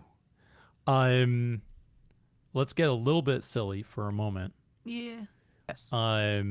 This is our moment, Shan. Yeah. It's our moment. Yeah. There was no bowling shirt for Alex, but there was not one, but there was 2 dresses on display. Yes. During this episode. Aoife's, I don't think she stood up. If you've watched the BTS, which came out today, you can see the full dress. I do not have the BTS open. I did not watch it. But so you can see the full dress. It's a nice dress. I don't think it is as good as our 9.5. I'm going with like 8 for this one. But we had a Holly dress, which I think is, I don't know if it's the first one she's had. I don't know, but it was like, I saw it and I was like, that is cute. It was good. It's a great good. look. The hair too. Holly looked amazing. Holly, if you're watching us, you're not. You looked amazing. She looked good. Yeah. Very cute. And Alex rocking the shirt. And comfy. everybody else looking cozy. It is very comfy, I have to say. It is can't very wait. comfy. Yeah. I'm excited because it's like mine's gonna be like a 2X this time. So it should be like extra comfy. That's gonna be extra comfy. Yeah, I'm very it's- excited. It's It got is the a- right Post it. thickness to it. It's I like, should have it by the watch party. Honestly, if it's in New York and going through customs and it's only Wednesday, I should have it by the watch party. If not Tuesday itself, but we'll see. Cool. So yeah. Nice dresses. Still not taking any top billing, but good. Yes, we had the most D&D of moments, ladies and gentlemen. let's go through this episode. Let's do it. To the The beginning. veteran player got stuck Oh. on the tower, everybody. Oh. He was man. doing so well in 22, and then 23 happened, and it's I think he locked in for 22. Doug, he was there. He had the entire he had the manual. He was reading everything. He was like rules lawyering, like rules checking the GM. 22, and this one is just kind of, and then in this one, in all fairness, he knew he didn't have the flying. He knew he didn't have the flying thing. We could defend him defend with that, but once again, here all the D&D knowledge is just kind of like. I mean, we've obviously been watching Doug for, I don't know, 60, almost 70 hours now, right? Yeah. My gosh. I do feel like sometimes he gets in his own head a little bit. Yeah. And this was really one of those, like, I'm in my, like, I've only got these 3 options. I can't possibly have any other options. Like, what's going on? And it was just like, it was one of those moments where you had to have your buddy yeah. at the you have to have table. your Holly at the table. have to have your Holly at the table, just put their hand on your shoulder and go, bro, Take a breath. take a moment and just think this through a little bit. You've got way more options than you think you do. And we got there in the end. Got there through remembering that Wild Surge exists. No, Wild Shape exists. Yeah. We Wild love shape Wild Shape. exists. And yes, you do need to be level 8, I believe, in order to wild shape into a flying That's correct. Yes. animal. I think it's a bit less, or it's like a bit different if you are like Moon Druid. I've only played Moon Druid. I have not played a druid in about 15 years, so Wow. They changed a lot since then. they have changed a lot. Yeah. I will say though, here's a fun little thing. How would you all have gotten down from the tower? Because the way that I would have gotten down from the tower in that scenario, in that situation, what I was thinking of, I think Kel was cooking with the cat idea. Yeah. What I would have done with the featherfall being in effect, I would have also done the okay. Let's drop him off the edge because we have to at least do that because we're going to get silly one way or another because we're in a silly situation. The next thing I would have done, I would have wild shaped into either the cat or the spider, but I wouldn't have thought of the spider. I'm gonna be honest, I wouldn't have thought of spider. I would have wild shaped into a cat, and then I would have jumped on Parvis's body and freaking like rode him down. Yep. Because I think if you do that, that could work. Mhm. That would be my methodology. Yeah. Mark, how would you have done it? How would I have done it? Well, first of all, just because it's kind of my, as you guys can probably tell, it's kind of my playing style that I like to have a plan before I do stuff. Yeah. I would not have got, so You one of wouldn't have my- gotten into the situation. Well, it is a cardinal rule, and I've been at a lot of tables where the cardinal rule is you do not isolate yourself in almost any circumstance. And especially if you have a DM that likes to play the encounters on the edge, if you put yourself in a situation when you get yourself isolated without help, you're dead. right? Or two of you are dead or whatever, right? So I always have that in the back of my mind, that getting myself isolated without the possibility of any help, like Dragonborn come running up the stairs, et cetera, et cetera. Like, there are so many things in my mind, both from a DM perspective and from a player perspective in that situation. We're like, this is literally one of the worst possible environments for you to be in by yourself, right? This feels like this feels like there's already like a lot to unpack there. There feels like there's a lot to unpack there as well. It's just like so first of all, I would not get myself into a situation where I was there isolated, right? And I probably would have, kind of similar to Harry's approach, I would have used my teammates to do it, right? Like, I would have said, "Hey, I can't use my wings. We have a guest." Change the format. Change it up. Change it up. Change it up to change the what's it called? The layout. Change the layout. Change the Get layout. the fourth camera in there. The fourth camera in. Oh my goodness! I don't know what she needs. She Audio just came listeners, downstairs. we have Hey, a dog. We have my black dog. Labrador on Hi, camera. Daisy. This is Daisy. I don't know what she wants.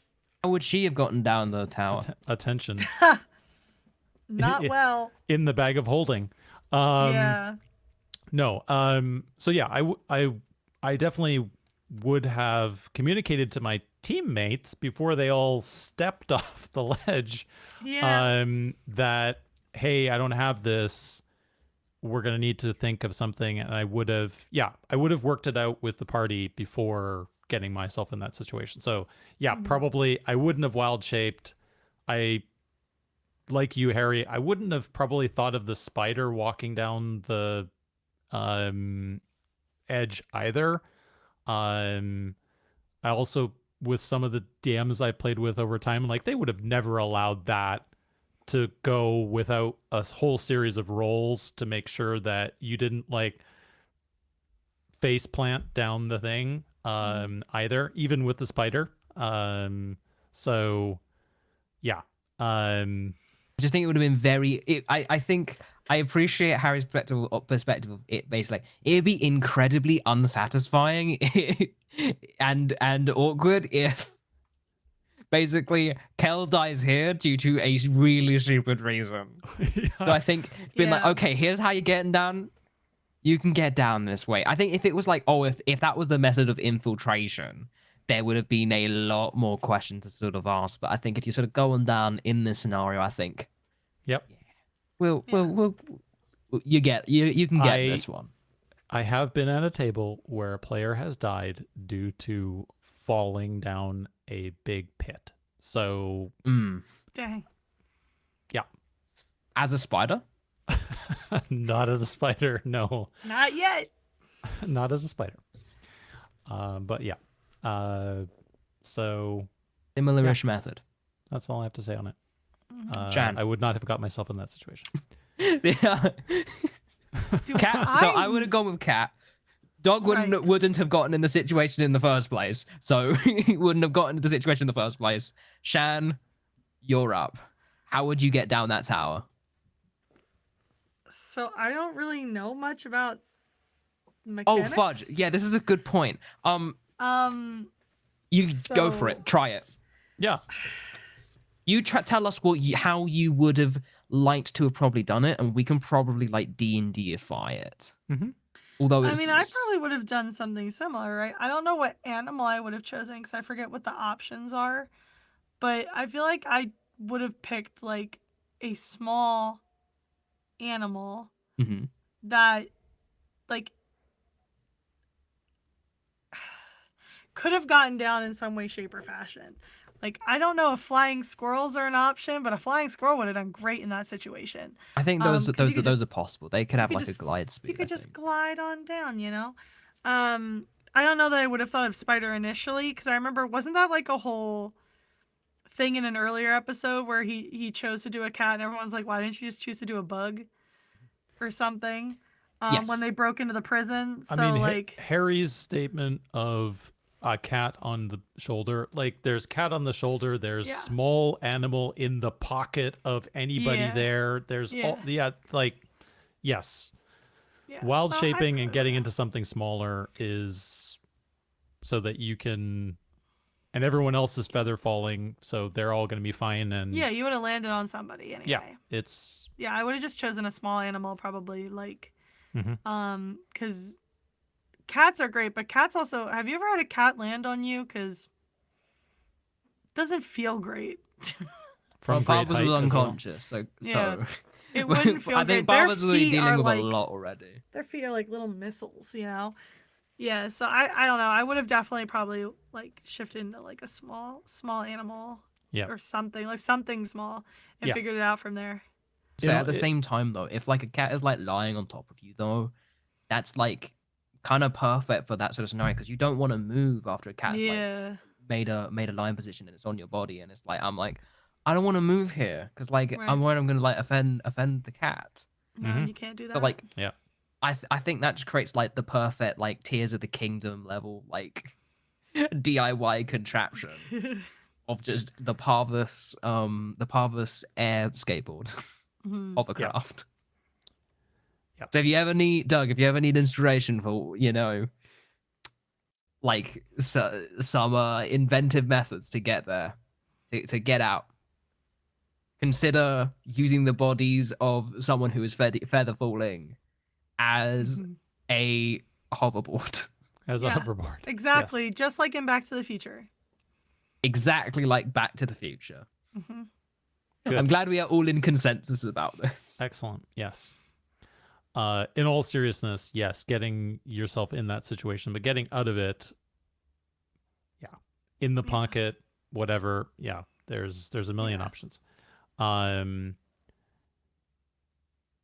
What did we think about the Parvus arc here, or the start of it? I'm trying to come up with a pun for this one, like the Parvus arc-verse. The Parvus prelude. Oh, yeah, that's a good one. Yeah. Sorry, Shan. Would you like to go, Shan, or should I go? I don't know.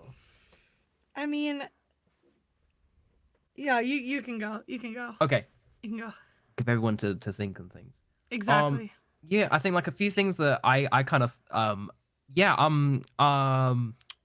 I've just got kind of like more thoughts on some of the interesting like interactions going out. I mean it definitely makes sense. I mean, hey, it's I've just been thinking about it, and in a way like the last 10 episodes, like the tour dates on the back of our shirts.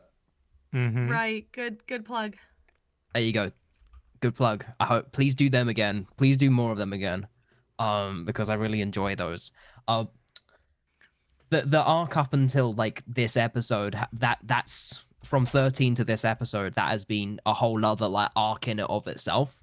Like that's formed in like a bit of sort of like weirder, more like diegetic ways. But it's ultimately, I think each of the arcs can be identified with a bit of exploration, focusing on a goal and achieving that big goal.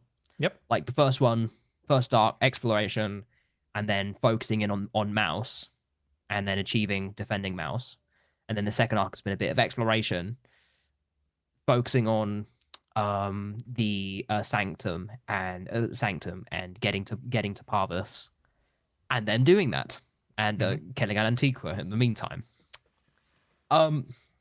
Yeah, but in terms of Parvus and sort of the immediate kind of first impressions, I think it's extremely neat that there is this not animosity, that there is this strange relationship between themselves and Parvus, because I think it's quite cool of just a concept to just have your number one, like basically have your number one supporter / pope basically have this sort of strange relationship where it's almost like they just kind of they don't really agree, they don't agree with their god like perceptions on the world. And it's a cool way of building into the whole, flawed gods idea.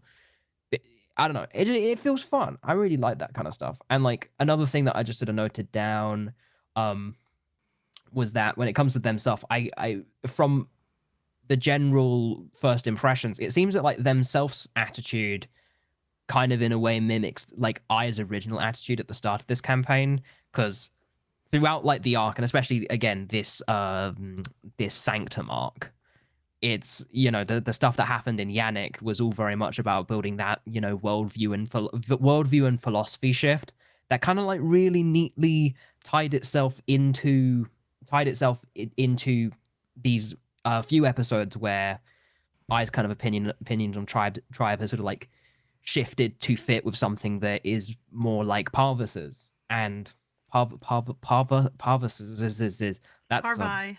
yeah, Parva. Yeah, I don't know. Parvi. I love connectives. I love apostrophe s. So, but I think it's interesting because themselves in a way, yeah, very much kind of seems to have that very much like insular attitude that I guess the more ignorant I from the beginning of the campaign, who didn't have a lot of these experiences of the world, also had. And again, it's like the whole thing of when he was back in like Yannick, the whole like beef against the beef against the gnomes and all that, believing that the gnomes betrayed the kobolds and betrayed themselves and that kind of thing, whereas actually like there seems to be a lot it's a lot deeper than that, and actually that essentially just themselves being real paranoid. Really, I think that's really I just think it's really interesting, and there's like fun like peak cinema like just parallels between potentially how like I and Parvus first interacted, I kind of being a bit like themselves in that like attitude, versus Parvus, who was very deeply kind of uncomfortable in their first initial like conversations, probably because now that we've gotten to this point, it's like, oh yeah, because that was kind of like a bit of a reflection of their sort of like strange relationship towards themselves. That's fun, and it's all of this is incredibly hard to say, because now we're saying there's also a you now. We'll get onto that in a bit. God, Alex, what the fudge are you Alex, god damn it. We love you, but holy fudge, man. Shan? I mean, I was more like into all of the conversations about I and his tribe than I think I was with the grander scheme of things. Yep. And how like, he was asking about why they would, leave him or ask him to leave, whatever. We don't really know the specifics again. I think we would debated that before. But the idea of like, this is his tribe now.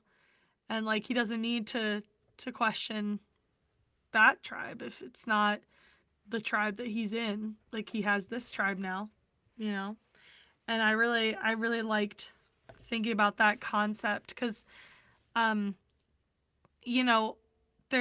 saw somebody put child abandonment and stuff like that.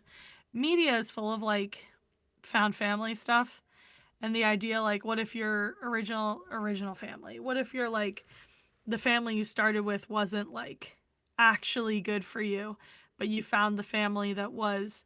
And this idea of like, he does love this group. It's not like, he messes around with them, but I's never been one of the more argumentative members of the fam cham. Like he does things that are regrettable, but in a cute way, I guess is probably the best way, unlike Radiant, who does things that are regrettable and everyone wants to leave him behind. And like, this idea of like, if they did ask him to leave him behind, if he like was being sent out of the tribe, doesn't matter, because he has a tribe that took him in.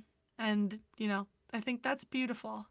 I think that's really nice. Like it's like, why question the why the how when you have this? Like there's no need, because like it doesn't take away from what you have now or whatever.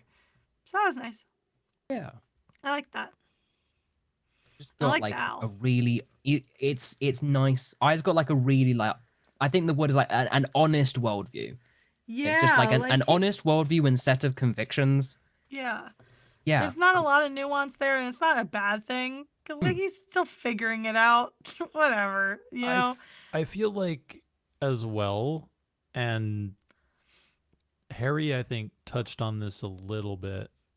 So Harry, the DM, Mm-hmm. touched on this a little bit in the action surge, that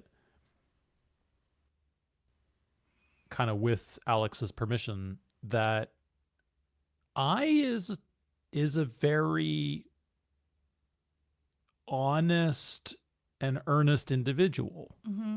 that initially didn't have a lot of world experience. So you can imagine how he gets kind of He doesn't know how in, to read.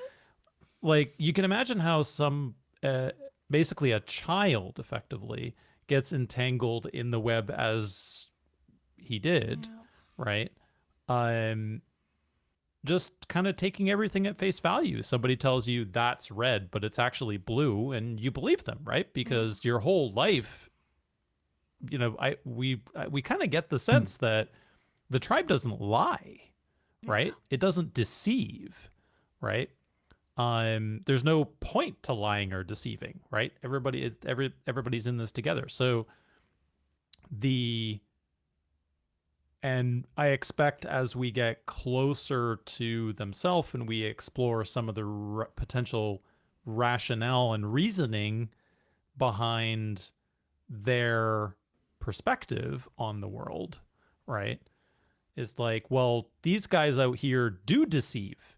So it's better to just ignore them completely and not expose ourselves to that potential deception, right? And that's dangerous. The safe place is, I want to keep my safe things, right? Where Parvis is more that kind of realist of, well, yeah, you can be over there in your safe place, but the rest of the world's still going on, no matter whether you like it or not, and you can't hide forever, right? So that tension between that kind of, and you could draw lots of parallels there. You can draw those parallels to how you bring up a child. Do you isolate them from risk, right? How many experiences do you let them have on their own? All that kind of stuff is it's an interesting kind of commentary, I think, on that tension, right? So yeah, I think it'll be really interesting to see where it goes. Because there's lots of ways I think that Harry can take it now as to what sort of themes he wants to use that kind of plot device, if you will, to explore. Right. Yeah. Yeah. I was gonna also say like a couple of extra mini little things. So I actually really quite like how Harry is handling like Parvis as an NPC, because there was kind of like one big question of how is having basically kind of a demigod essentially. This will go into later point in the chapter entitled so what the fudge is up with the Antiqua anyway. But kind of having a sort of demigod or like omega cleric on your side, and having that still fit a grounded D&D with like combat that isn't completely out balanced because you have one of the Antiqua on your side. I like how we dealt with that of being like, there's a virgin magic restriction collar. He just can't cast level spells. He can heal himself. He can use cantrips. That's good. That's it. Yeah. Keeps it nice and simple. And I'm gonna need to write that one down because I'm like, that's good. Just make your like companion characters not really that good at fighting in these scenarios. Good. Yeah, that's good. And there was also one more thing I wanted to point out that's like a bit different. It's a comment that was made on the video. I've found it, and I just wanted to like kind of shout this out because I like this head canon. It was from Harland Mountain 7998. There we go. And what they say is like, am I the only one who keeps hearing Parvis's name as being the shortened form of part of us? And I really fucking like that. And I kind of have a feeling just fitting around the just even the kobold naming convention, I am Yeah. saying with the thickest air quotes possible. But yeah, like the Antique was saying, you need a name to show that you're part of us. And Parvus didn't say it correctly or had his mouth full, so it came out, then calls us Parvus. And I was love thinking that about headcanon, that. and I so badly want that to be so true. No, yeah, I was hope thinking about so. that when you guys were trying to come up with puns because like Mm. my friend and I, anytime someone like says Among Us in like a media, because we watch a lot of stuff together. It's who I do my Oscar watch with. Anytime someone says Among Us, we always like Among Us. So I was like thinking like I was literally like part of us. Amon Gus. Parvis Among Us. So Yeah. like I thought Oh. about that earlier, but I didn't. I was like, You weren't no, confident enough that's to say- too niche. You Now that you gotta. mentioned that, I'm trying to think back to when I and Parvis had their original conversation about the name, whether he said where the name came from. I don't think he did. I do remember he was kind of irritated that I was like pressing him for the name. Mm. Do you mean as pressing if him about it it. was a name that he came up for himself or was given to Or him? was Give it given to to him? Yeah. Yeah. I So I feel remember that was I was have to- fixated on that. Yeah, I'd have to go back and listen. That would have Same. been like episode 2 or 3, I would it think. would be Yeah, an it was a episode while 2. back. Yeah. I think as as far as I remember, I thought the indication on it was like, or at least how based on how I's perceptions or like insights dealt with, like let it read with basically his perspective on things, being sort of like it was more kind of like, I think the first impression was like, oh, this Parvus being given this name, this like individuality that's more like a shackle that's basically been put on you that removes like almost a bit of your koboldiness, Mm-hmm. because the unique thing of being kobold is that you are just part, you're just part of an us. Oops, Yep. I just keep saying it now. Yeah, just being one of many, like, so having anything that other is that is just, again, that kind of like weird anathema almost. Yep. But yeah, like I don't know. I mean, in this one, it's kind of almost implied like maybe it's one that again he's kind of gone with for himself, and I'd be interesting if they figure out where those origins are. But again, it very much well could be much like how the group are basically just calling I Mhm. as his like name is the closest thing to. I wonder I'll have to rewatch episode 2 and see exactly kind of like how that How intonation that comes across. interaction. Yeah. That we're at that point in the campaign where we're looking at the first few episodes like hyper analyzing intonation now. Intonation and like, I don't know, like eyebrow movements or something from Harry Yeah, to we We indicate. always get to there. We always get to that point. Every fandom gets to that point. Hell yeah. Yeah, let's remember what happened 50 hours ago. This was planned barely all remember what along. happened no, in it tw- wasn't, in guys. this No, it episode, wasn't, you know? guys. Like, there's no chance that it was. No. Cool. Let's move swiftly on then. Harry, you got your Holly appreciation hour here. Yeah, Holly what's going appreciation on? hour. I don't want to put just a real quick Holly and Elowen appreciation hour, because like, because I know, like, I think, I don't know if this is also touched upon in the Elowen's diary, sort of bit, just like, I know Holly was kind of feeling a little bit like I don't know, there's like a bit of almost, it kind of felt like maybe there was a little bit of like discrepancy, almost like worry about not having the most amount of about not having the most hit points Most or the hit stats. points? Yeah.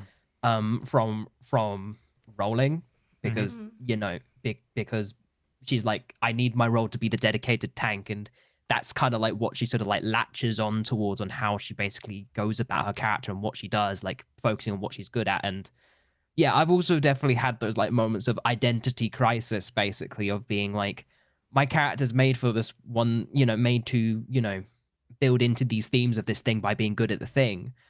But in my first episode of playing like D&D, I played a fighter. I understand the fighter struggle. My first character in D&D was a fighter, and I was, just trying to build myself up as someone who could be reliable, someone who could be competent, just that kind of thing. Just straight man, just kind of like normal, gonna, just kind of do the things, that kind of thing. First combat we roll in, I roll like 3 natural ones, and I end the battlefield just flat on my bum. and ever since then, it's just like, well, this character's this. There's always that disconnect. There's always that like those moments of disconnect that kind of be like, I guess, worry about and hard to get through. So I just wanted to basically put this little bit there to say, like, I think without Holly and also without Elowen, without Holly being the mind behind Elowen, keeping it all together, basically, everyone would be newly dead, as in like no capitals. Not this newly dead, but like they would be dead very quickly, because you've not lost your role. Like role includes like many other things, including just like it's just how you play, and also how the DM does stuff to play into that play style. For example, if Kelnis, like, for example, tried to be, if Kelnis tried to be a tank, and potentially Harry was sort of playing into that, your role does end up slightly like shifting. But as a fighter, that's even more like dangerous and good in a way, because you're just going to be like going absolutely ham. But I think it's definitely a thing where if Holly wants to, if Holly and if Elowen's kind of like main value is soaking up damage for people, I think what that more comes onto is like Harry as a GM being like, this is the experience the player wants to have, feeling like they're taking a lot of damage, that kind of thing. So yeah, you know what? I'm adding like Final Fantasy 14 aggro mechanics to this. I don't know, just my vague thoughts on that. I think there's lots of ways to play into that, right? I think the other thing there is, I know everybody wants to be the hero of their story, right? Or feel like they're the hero at all times, but you got to have some lows, man, right? You got to have some situations where it doesn't go your way, right? To appreciate the situations where you do some heroic stuff, right?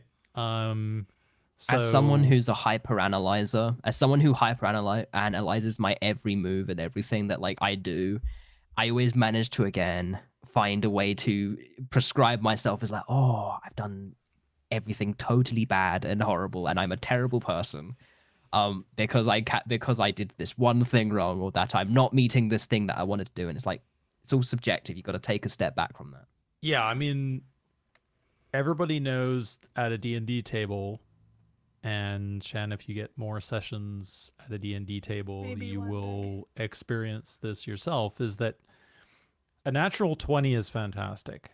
A natural 1 is also fantastic. It's those middle rolls that are sometimes the hardest to play, right? And at the same time, the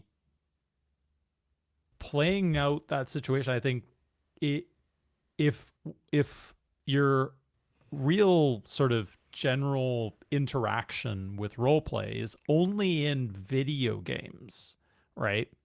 We've all done it. We've all done the save scum. I missed the hit. No, my character should hit, or my party member should hit. So I'm going to save scum this so I do hit, right? Like everybody's done that, right? Like I want to feel, or I'm going to redo this combat so that I get all the successes, right? That is not what a D&D table is, right? And so I do think sometimes Holly falls into this like, well, I've got a video, I'm approaching this a bit like a video game, right? Where I'm there to win, right? Or I'm there to fill my role, especially in that she's used this kind of this, hey, I'm in a MMO kind of party, right? And yeah, I'm the tank. I'm supposed to do this, and then the healer is supposed to do their thing and whatever else, and I'm going to fill my role, right? And stepping out of that is tricky, right? Yeah. Because you're expecting things to go kind of fit in one particular style, and it doesn't necessarily, it doesn't have to work out like that. Like some tables are like that, right? And you're going to get the side eye from your party member, right? If you don't do what you're supposed to do. And this group doesn't. Egbert, from expenditure. right? Like, I mean, this group doesn't, right? Like Holly was more or less livid last episode. Like, guys, like I set it all up for you to basically AoE the crap out of these guys, and you went like multiple rounds of not doing it. Like, what are you doing, right?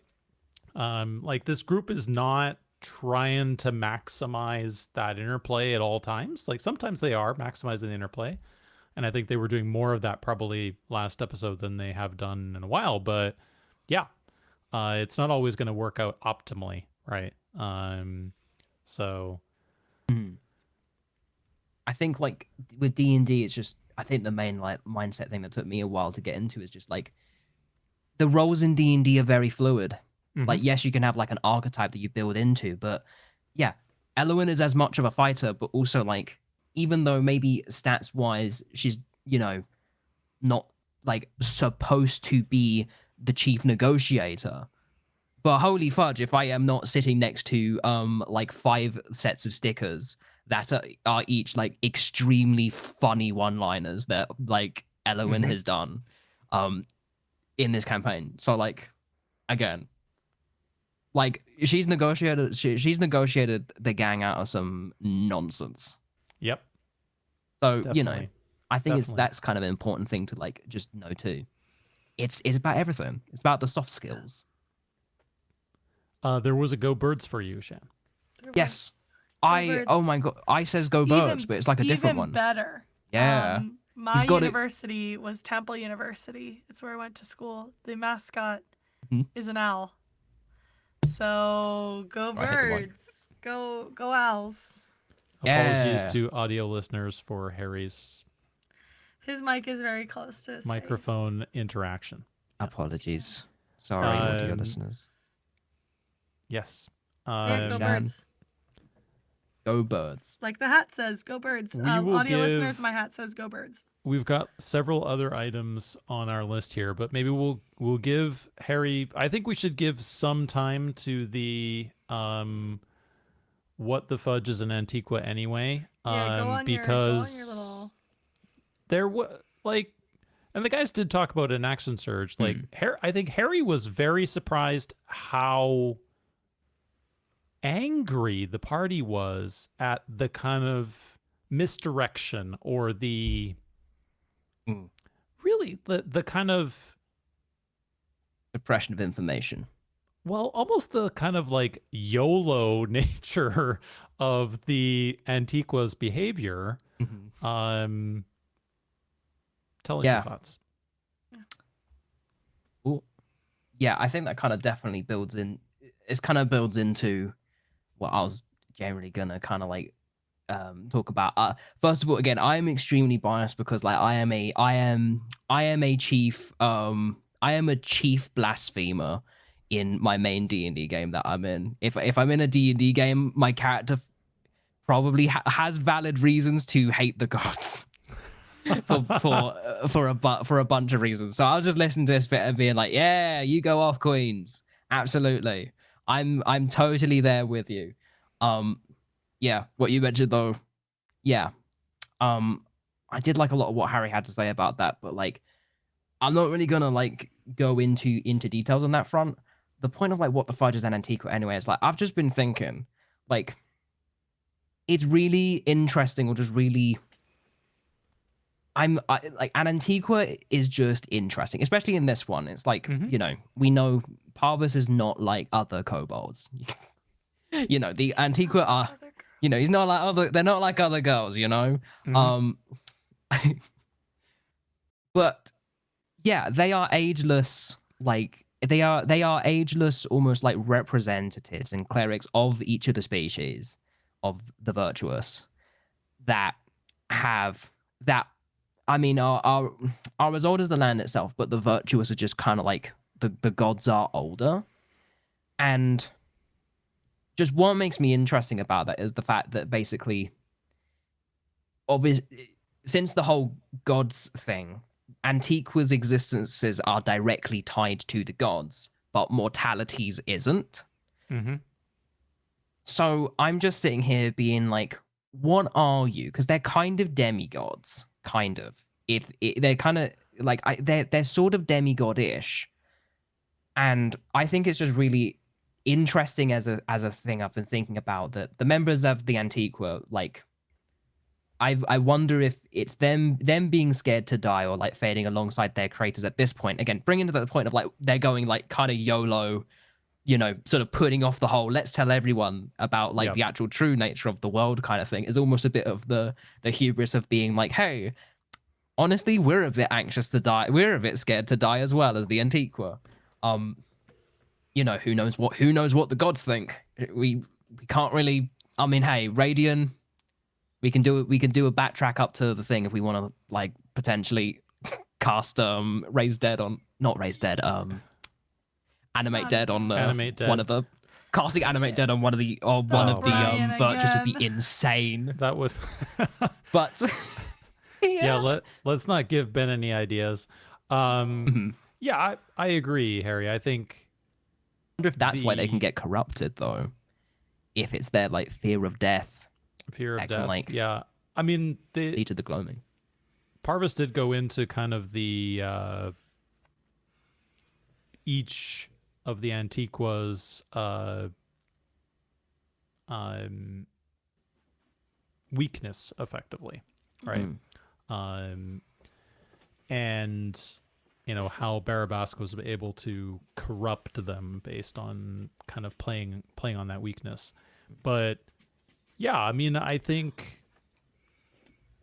on this one I'm with the party. Like, I'd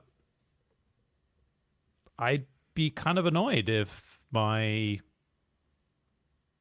caregivers, effectively, we're not really doing much caregiving. We're not actually doing much caregiving. And we're doing a lot of kind of avoiding the truth, right? I think this was, and it'll be interesting to see how Harry plays off of this now, because I think he was very much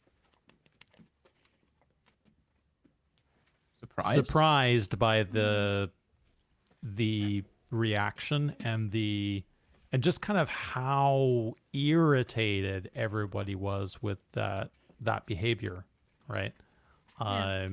It'll be interesting to see how he goes from here and whether he continues to kind of play off of that a little bit and tries to give some explanations for that, or kind of foreshadows the reasoning there, because it oddly enough, or I guess it doesn't make a lot of sense, right?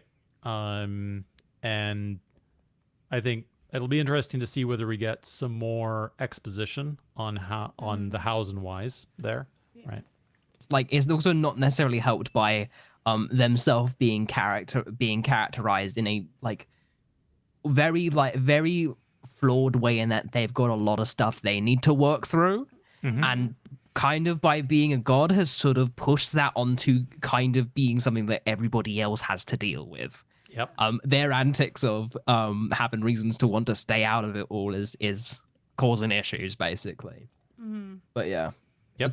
There's also like a couple other lingering questions that I just kind of have, which is like, what does it really mean in that case if Barabask, if all of the Antiqua are like, they get their power, they get their life force from the gods? What does that mean? How could What's going on with Barabask? Yeah, what's going on with Barabask, Shan? He should be dead. Yeah, how can he get powers from the? How does that work? How the fudge does that work?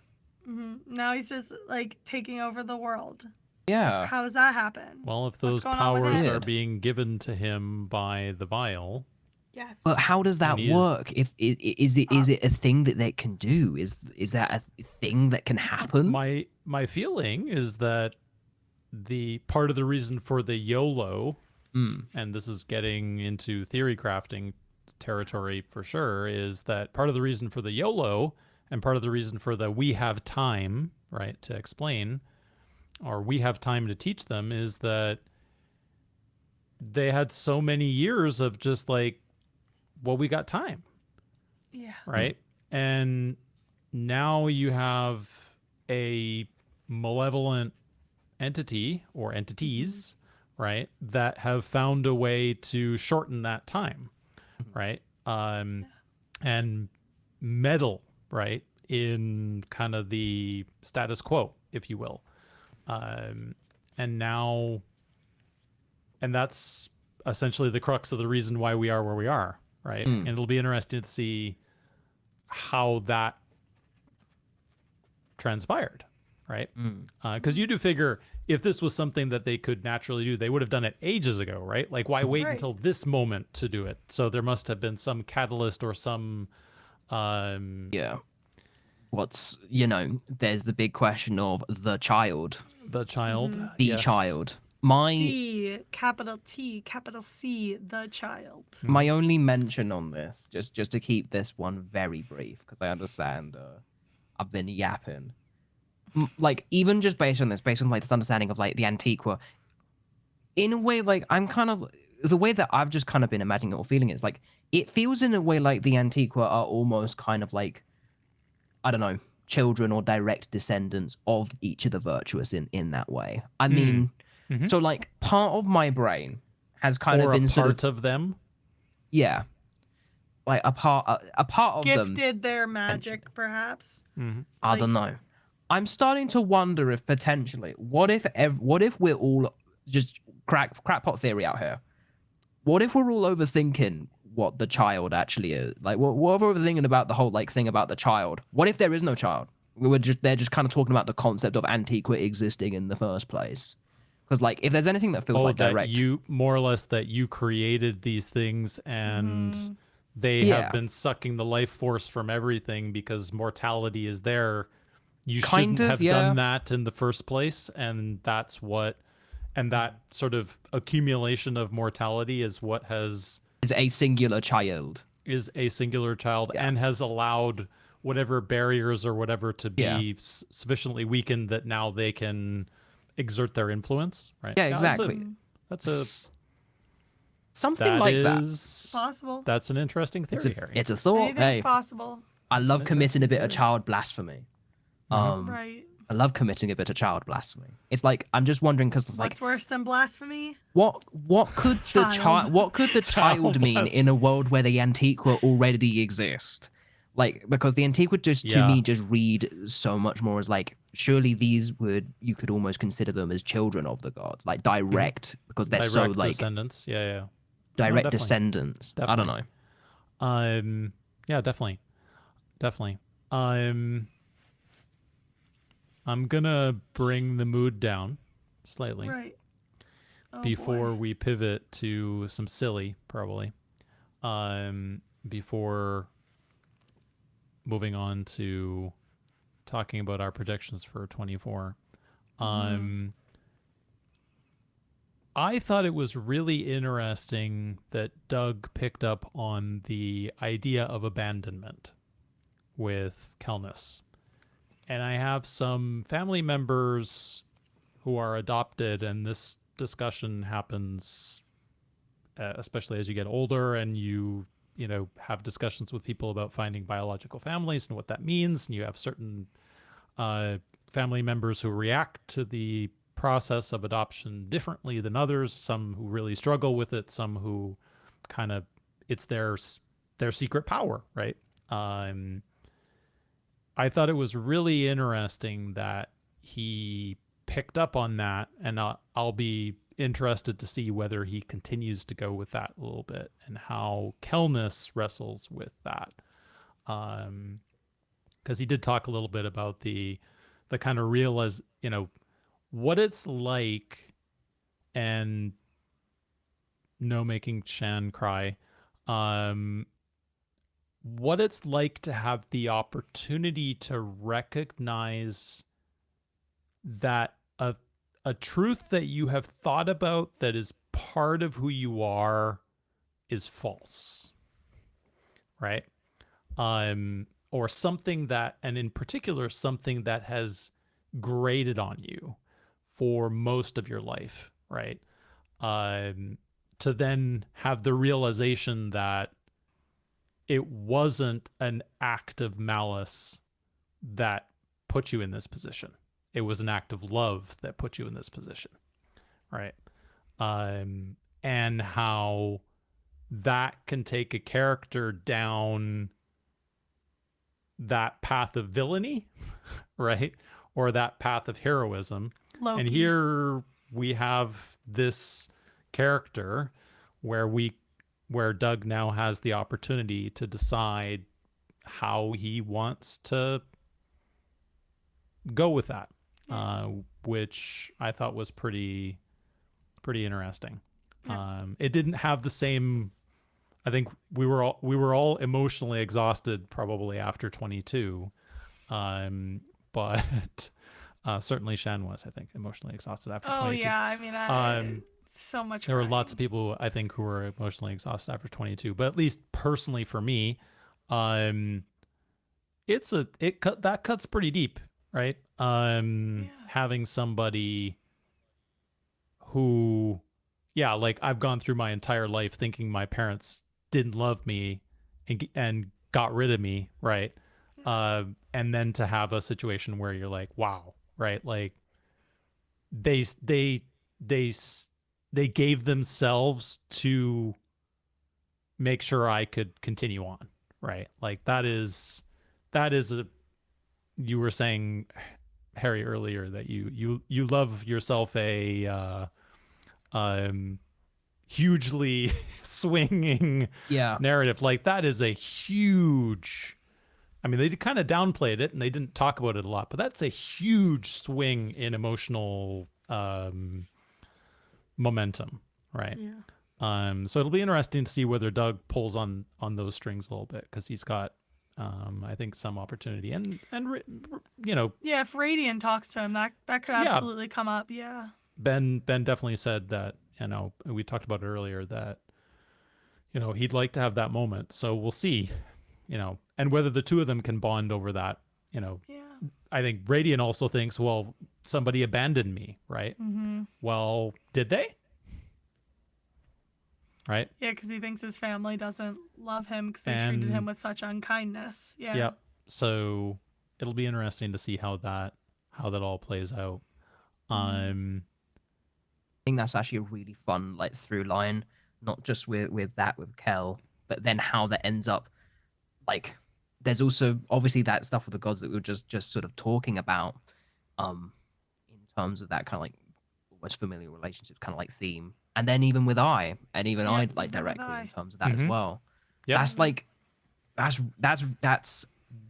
really, I mean, for me, that's just kind of really neat to see all three of those kind of things naturally come together around the same time, because that again just creates a real interesting full theme to explore, and that's why I think hell yeah, I think they will keep exploring that, just because it seems so like tied into a lot of things in this next arc. Definitely for the three characters that we probably haven't had the, or two for sure. I mean, I think we got similar things potentially from Dolly as well. Gosh, actually, yeah, even in that, I mean, obviously Dolly's whole like thing in this episode of, again, you know, potentially where they're going, where the old dark like entrances will be, you know, that's potentially where whatever went down for Dolly to get tangled up with the web, that ended up sort of happening. So there's almost, again, so, you know, Dolly's revenge arc incoming. But even with that, I've just also realized, obviously with Elowen, her leaving her family, due to, again, essentially kind of almost a bit of like misinterpretation of what was really expected of her, and like her feeling like she wasn't going to be accepted, so she effectively faked her own death and kind of like ran, but then turning out that was actually okay, and that she made a decision that she deeply kind of regrets. That's such an interesting, like, that there is that kind of through line between all of these characters almost. Definitely. Before we finish with some silly, is there anything else you'd like to add, Shan, that you really want to talk about 23? I mean, I'm not gonna lie to you, for some reason I can't remember like a lot of specifics about it, which is why I've been using a lot of the conversation to, like, you know, form opinions, because like I'm remembering snatches, but it's like one of those things where it's like I can't place where that snatch is. I can't figure. One thought I did have, and I know I said this in the live chat, was like, it's one thing for Harry to do Alex to do the I voice on and off. Harry had to do it for whole monologues, and I was like praying for that man. I remember saying in the chat, like, my God, he has to do the kobold voice for whole monologues. This is crazy. And then I remember us all talking about tea and stuff. Yeah.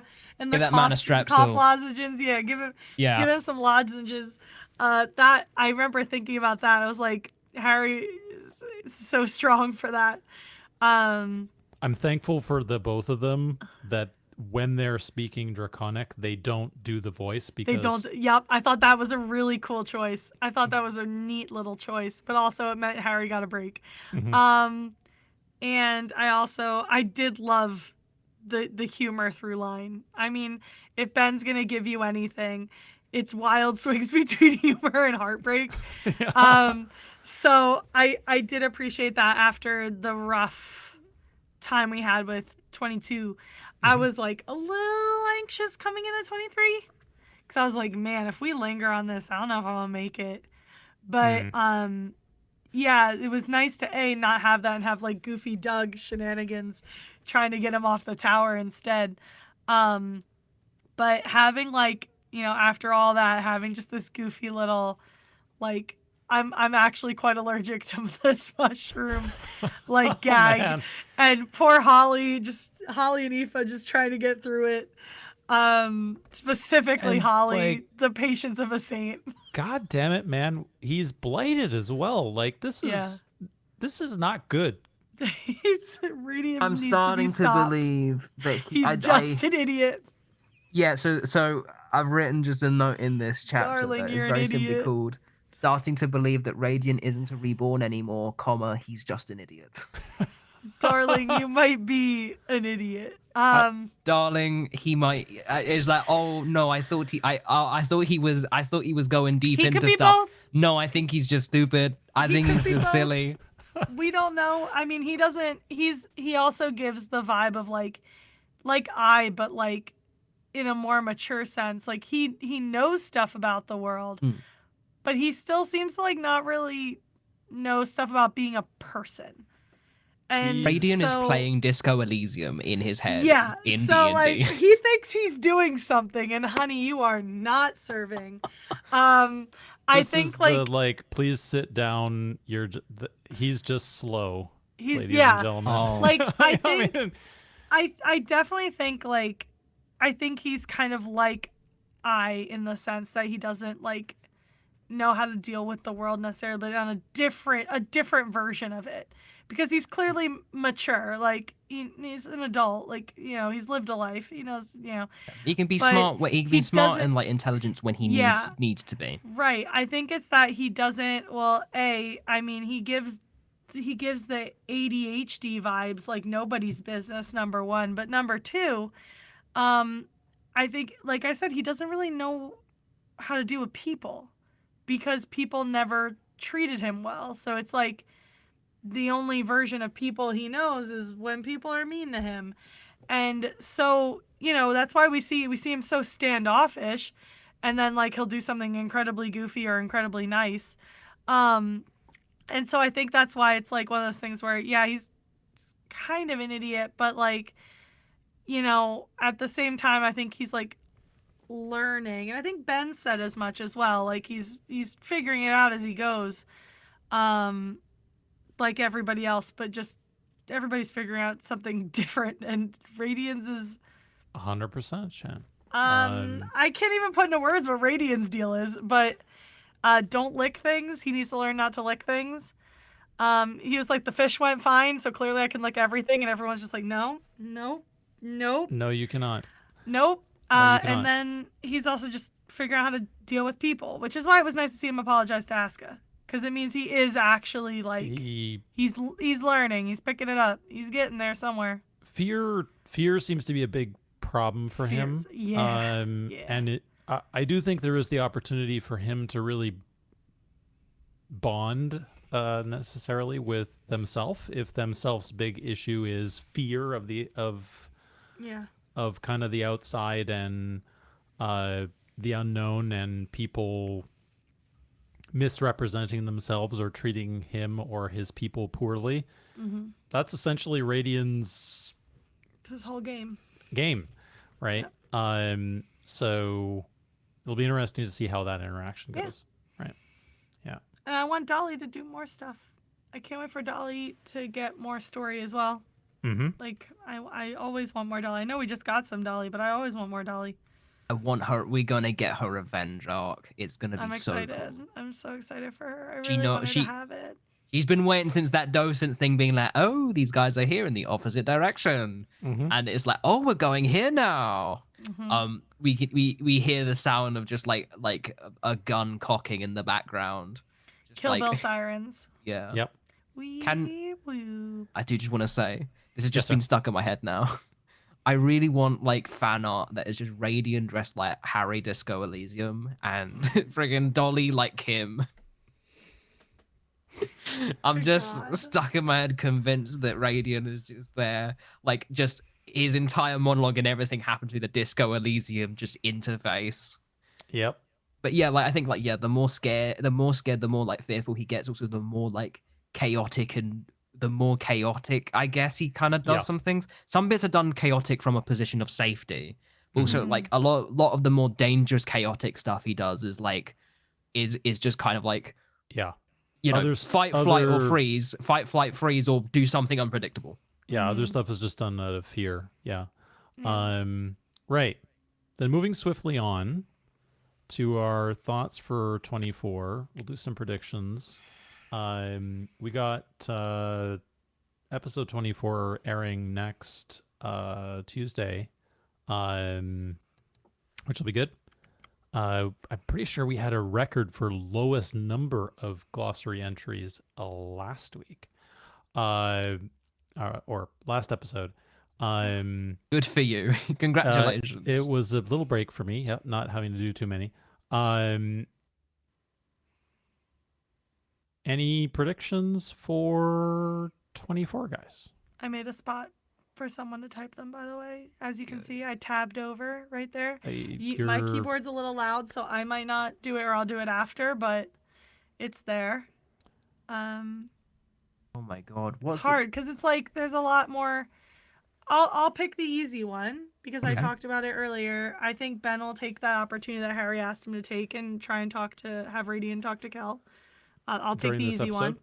Yeah. Because I have such a hard time predicting things that I often predict stupid things. Yeah, I worry about the. I do worry about the difficulty of this fight that is likely to be coming, Yeah. or whether they choose to fight, even, or whether they choose to do something to evade the Gloam that are obviously. Oh yeah, I forgot he did that. He blew the whistle. Yes. Blow the whistle. Yes. with no consultation whatsoever, by the way. Nope. He just did No. it. None whatsoever. He triggered Um, the cutscene flag.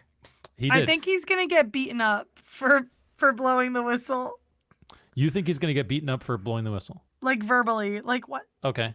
You know what I mean? Like I think because like Holly / Elowen tends to be right on him when he does some nonsense, Radiant. So I'm not like physically or verbally beaten up. He's gonna get in trouble for that because that was a very foolish thing for him to do. It was a very radiant thing, It's but also a very very- foolish thing. The Yes. 80 of them HDs going on. Yep. Yeah, I don't want to take them all, so I'll Harry. stop. See, it's hard sometimes. This I have one's a hard really time hard. doing it. This one's really hard because it is just so unpredictable now. Mm-hmm. Because I'm pretty sure what they're going to try and do, or at least Ben's gonna try, Radiant's gonna try and do, is use the gloam disguises. He's Do the- they still have them?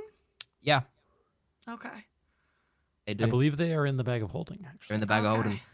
They're gonna try and use the gloam disguises. There Gloam is one big disguises. problem with the gloam disguises.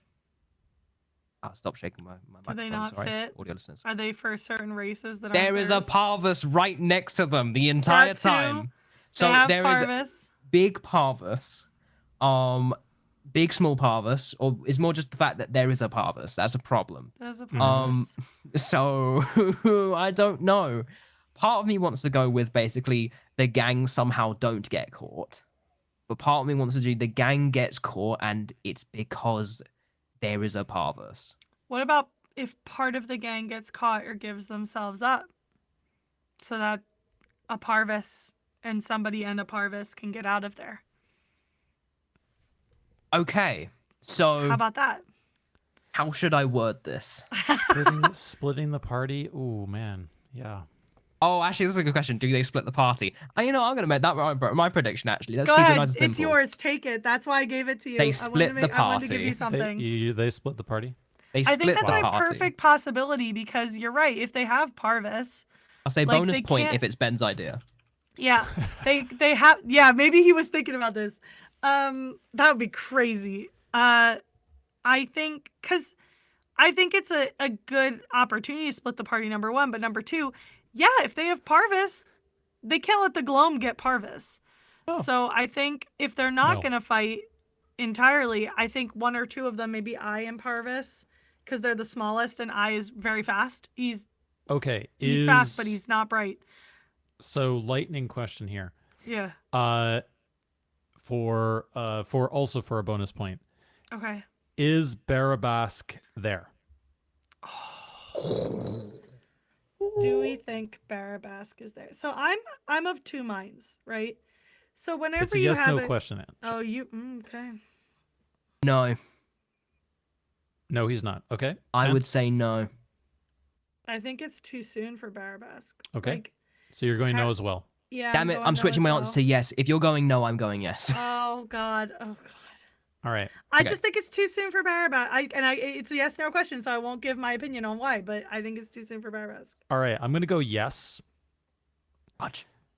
Uh, Okay. and my prediction is that there will be a conversation, a deep conversation with Barabask in this That's episode. actually awesome. I will switch myself back to no in respect of this because you are making such a big It is swing with this yeah, one. we should give I it have to to Doc. give you this one and fully appreciate it. I just think. I think so- it's very unlikely, but But it's. I so, like the possibility that we have a villain monologue in Yeah. this episode where he more or less waltzes in, you guys are fools, etc., and then says, minions, please kill them, and Yeah. then I'm walks just out. I'm just like torn on it because it's one of those things where it's like, if he knew it was gonna be them, I would be like, yeah, Barabbas would show up. But if this a situation where he knows it's gonna be them, like obviously he's gonna figure out Parvis got away, but does he know the people? Does he know that the people blowing the whistle are the people who have Parvis? That's the only reason why I hesitate to say yes. It would be really cool, but I feel like that's more of a further down the line when Barabbas is sure, because the leader never puts themselves in danger if they're not sure they need to, and he's kind of a word The I can't say on significance, this though, podcast. of potentially being able to get themselves, that's a Mhm. pretty big thing, Maybe, right? yeah. So, anyway, we We'll don't see. need to speculate any further. We've That's such a made our, good prediction. I think it's a low chance. I'm with you on the it's a bit early, Shan. We'll see. I But think we'll see. it could work. It's No, not like I- a story early. I want to make that clear. It's not like a this is too early story wise. Mhm. I feel like it needs to be a guaranteed meetup for Barabbas from Barabbas's side. Like it needs to be guaranteed that Yeah. I will be in the position of power here because I'm a word I can't say on this podcast. A jerk. Kind of thing. But yeah, Yes. I do think it's a distinct possibility he shows up. Apologies to the audio listeners for Shan's clap in your ears. Oh, I'm sorry, I forgot about that. Well, thank you if you like it. Or thank you if you like it. You can ask Shan to do it again if you want in the comments on the YouTube. I put my sleeves over my hands so that they won't do that anymore. Right. Anything else we want to say about 24? I'm gonna take notes next time. Ooh, Yeah, I I will make I sure started that to, but I'll make sure that the episode 6 document is up before. I have a notebook for podcast stuff somewhere. Um, I thought it was here, and then I got distracted listening to the episode and forgot to it's all actually. good. Make sure it was there. When we had the last one with Mark, I let you guys know ahead of time, and we did live note take last time. So Yeah. like you at Shan, it helps me remember as well You have a terrible memory. what was going on. Cool. All right. We can lose our spoilers. Spoliers. We Spoliers. can switch our topic to our mop up. I know I meant to bring the mop down. I've got my mop. forgot. Next time I'll have it. My mop I is meant to here. Bring it down. Something I forgot from earlier. Any other business? Harry, you went to a lovely Chinese buffet in Edinburgh. What is an essential item that must be present at a Chinese Chicken and black bean sauce or anything with black bean sauce. I mean, Shan. well, we're talking essentials. essentials? Just one essential item that has to be there. Shan, your favorite item in a Chinese Yeah, I buffet? was thinking General Tso's chicken or tofu. I prefer the tofu, but the chicken's good. All right. I'm going sweet and sour chicken. Oh. I love that none of us have said like rice or have said rice that's already or there. chow mein. The rice is I mean, gonna that's gonna be be there, there. but- the okay. rolls are gonna be there. Those are two essentials. We're talking what are those fun It's a essentials. critical. It's a Yeah. critical item. I can absolutely subscribe to General Tso's chicken as well. My mum taught me a super good recipe for General Tso's chicken, so we call it General Joe's chicken. Shout out Like to my Trader mum. Joe's. Shout out to my mum, Joe. Oh, Maybe Harry, you will provide us with the recipe next episode. Sure, yeah, I'll make it. I'll make it on the day of next episode. oh. Yeah, that's what I'll do. Cause All right. I want to. I'll do Nice. some cooking. Hell yeah. Bet. Sweet. Yeah. I'm off. Anything else? Any justifications for why our essential items are essential? I mean, black bean sauce is very just salty, umami. Love it, tasty. I love a sweet and sour. Yeah. Brilliant. That's it. That's it, really. Yeah. It's simple. Works well with most things. Works with noodles. Works with rice. Works with, as I learned when I came to the UK, also works with chips. I don't know why we do that here. Yeah. Don't worry, I'm not gonna ask. was I've a- given up. It was I a can't- it was a wacky thing to walk into a Chinese takeaway here in the UK and be like, and have people ordering dishes with chips. I can't morally support ordering that. I can't morally support it. Like people I can like it and they think understand it's if really it's a good. but child. it's like, My brother, we would get French fries for my brother because he was very picky, but he eats more stuff now. But when he was a kid, he was more picky than me and my sister. Me by a margin, but I didn't need French fries with my Chinese food. So Yeah. Good. All right. I won't yuck anyone's yum. Nope. It's just Uh, I it's can't weird. do it. I mean, I live in another country, so I have opinions on the food, but it's okay. I won't use them. It's weird. I won't share them. It's weird. Good. We will not have a guest next episode, but we will be working guests back in. And I think that's it on the any other business. Nice. Let's Roly some polies. Yes. Gotta do that. Because I have to clean my desk mat. I pulled out my Wow. dice cube, John, because I had cats and they messed up my desk mat a little bit, so I need to clean it.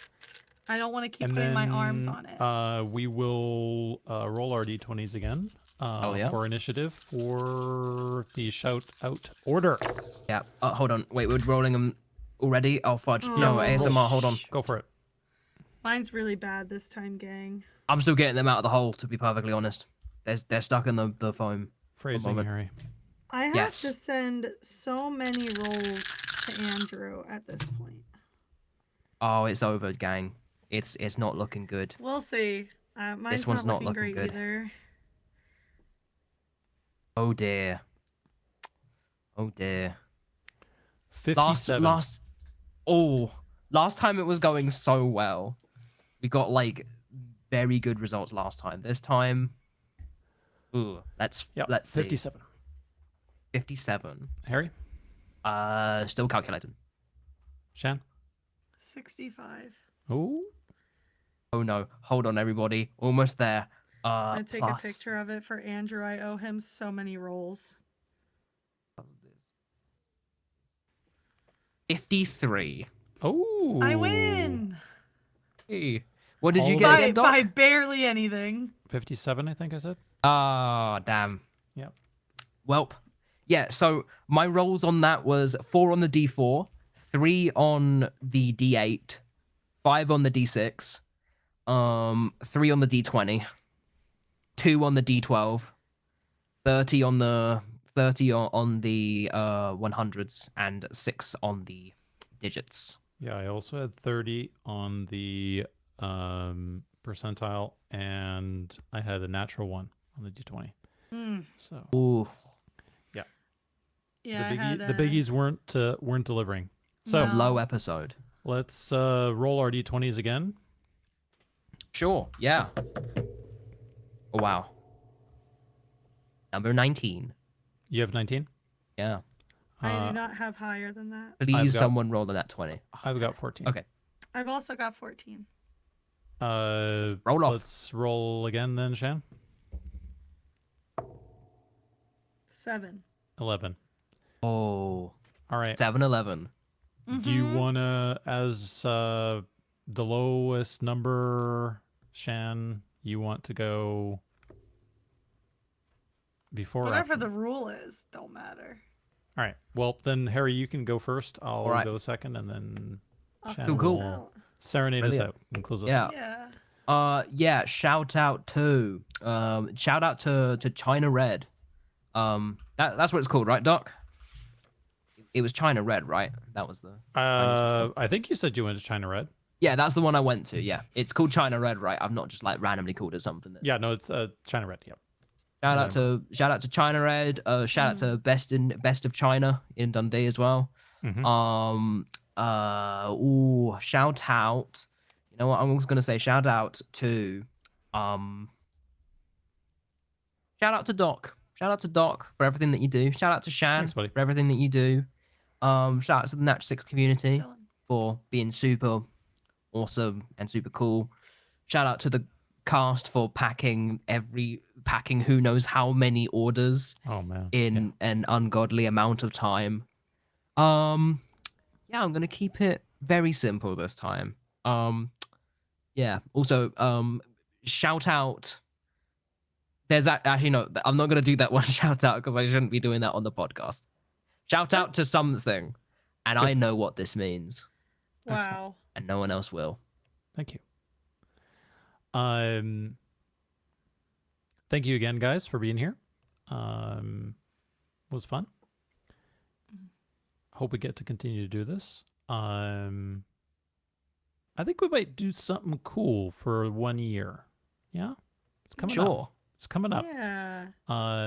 We'll chat offline about what we might do cool. Yeah. Oh, yeah. Behave yourself.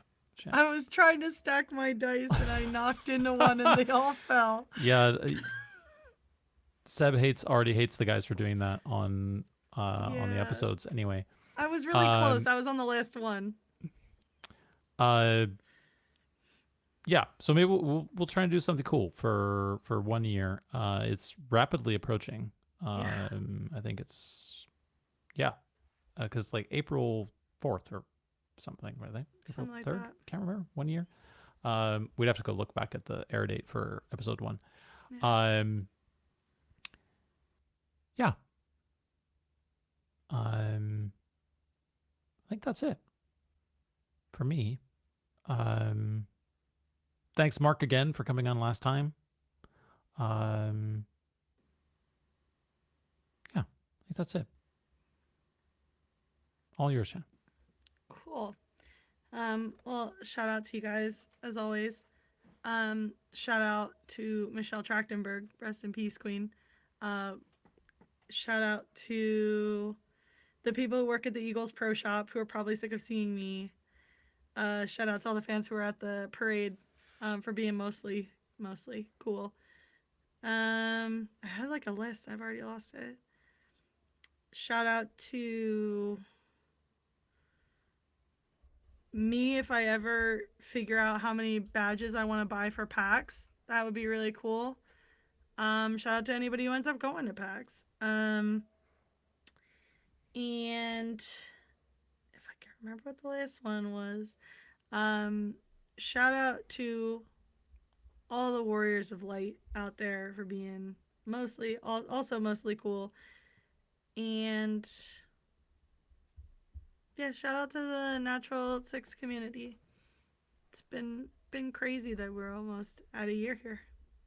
Yeah. Spooky. Hell yeah. Definitely. Yeah. Definitely. Thanks, Shan. Just one more thing, which is we alluded to it earlier. The gaming community had another rough week. Shout out to all those guys at Monolith Productions who lost their jobs this past week. Hope all of you land on your feet. And as a lover of early Monolith games, such as No One Lives Forever and Shogun, it's going to be a shame to see that studio close. But it seems like strikes again. Yeah, seems like that just keeps happening. But I hope we turn the corner at some point. And may it come soon that we turn this corner. Right. So shout out to all those games that are coming out. There's a ton of cool games coming out this year. Yeah. So thanks very much, guys. Shout out to the people who make them. Shout out to the people who make 'em. Gamers and the people who make them. Definitely. Right on. Ciao for now. Bye.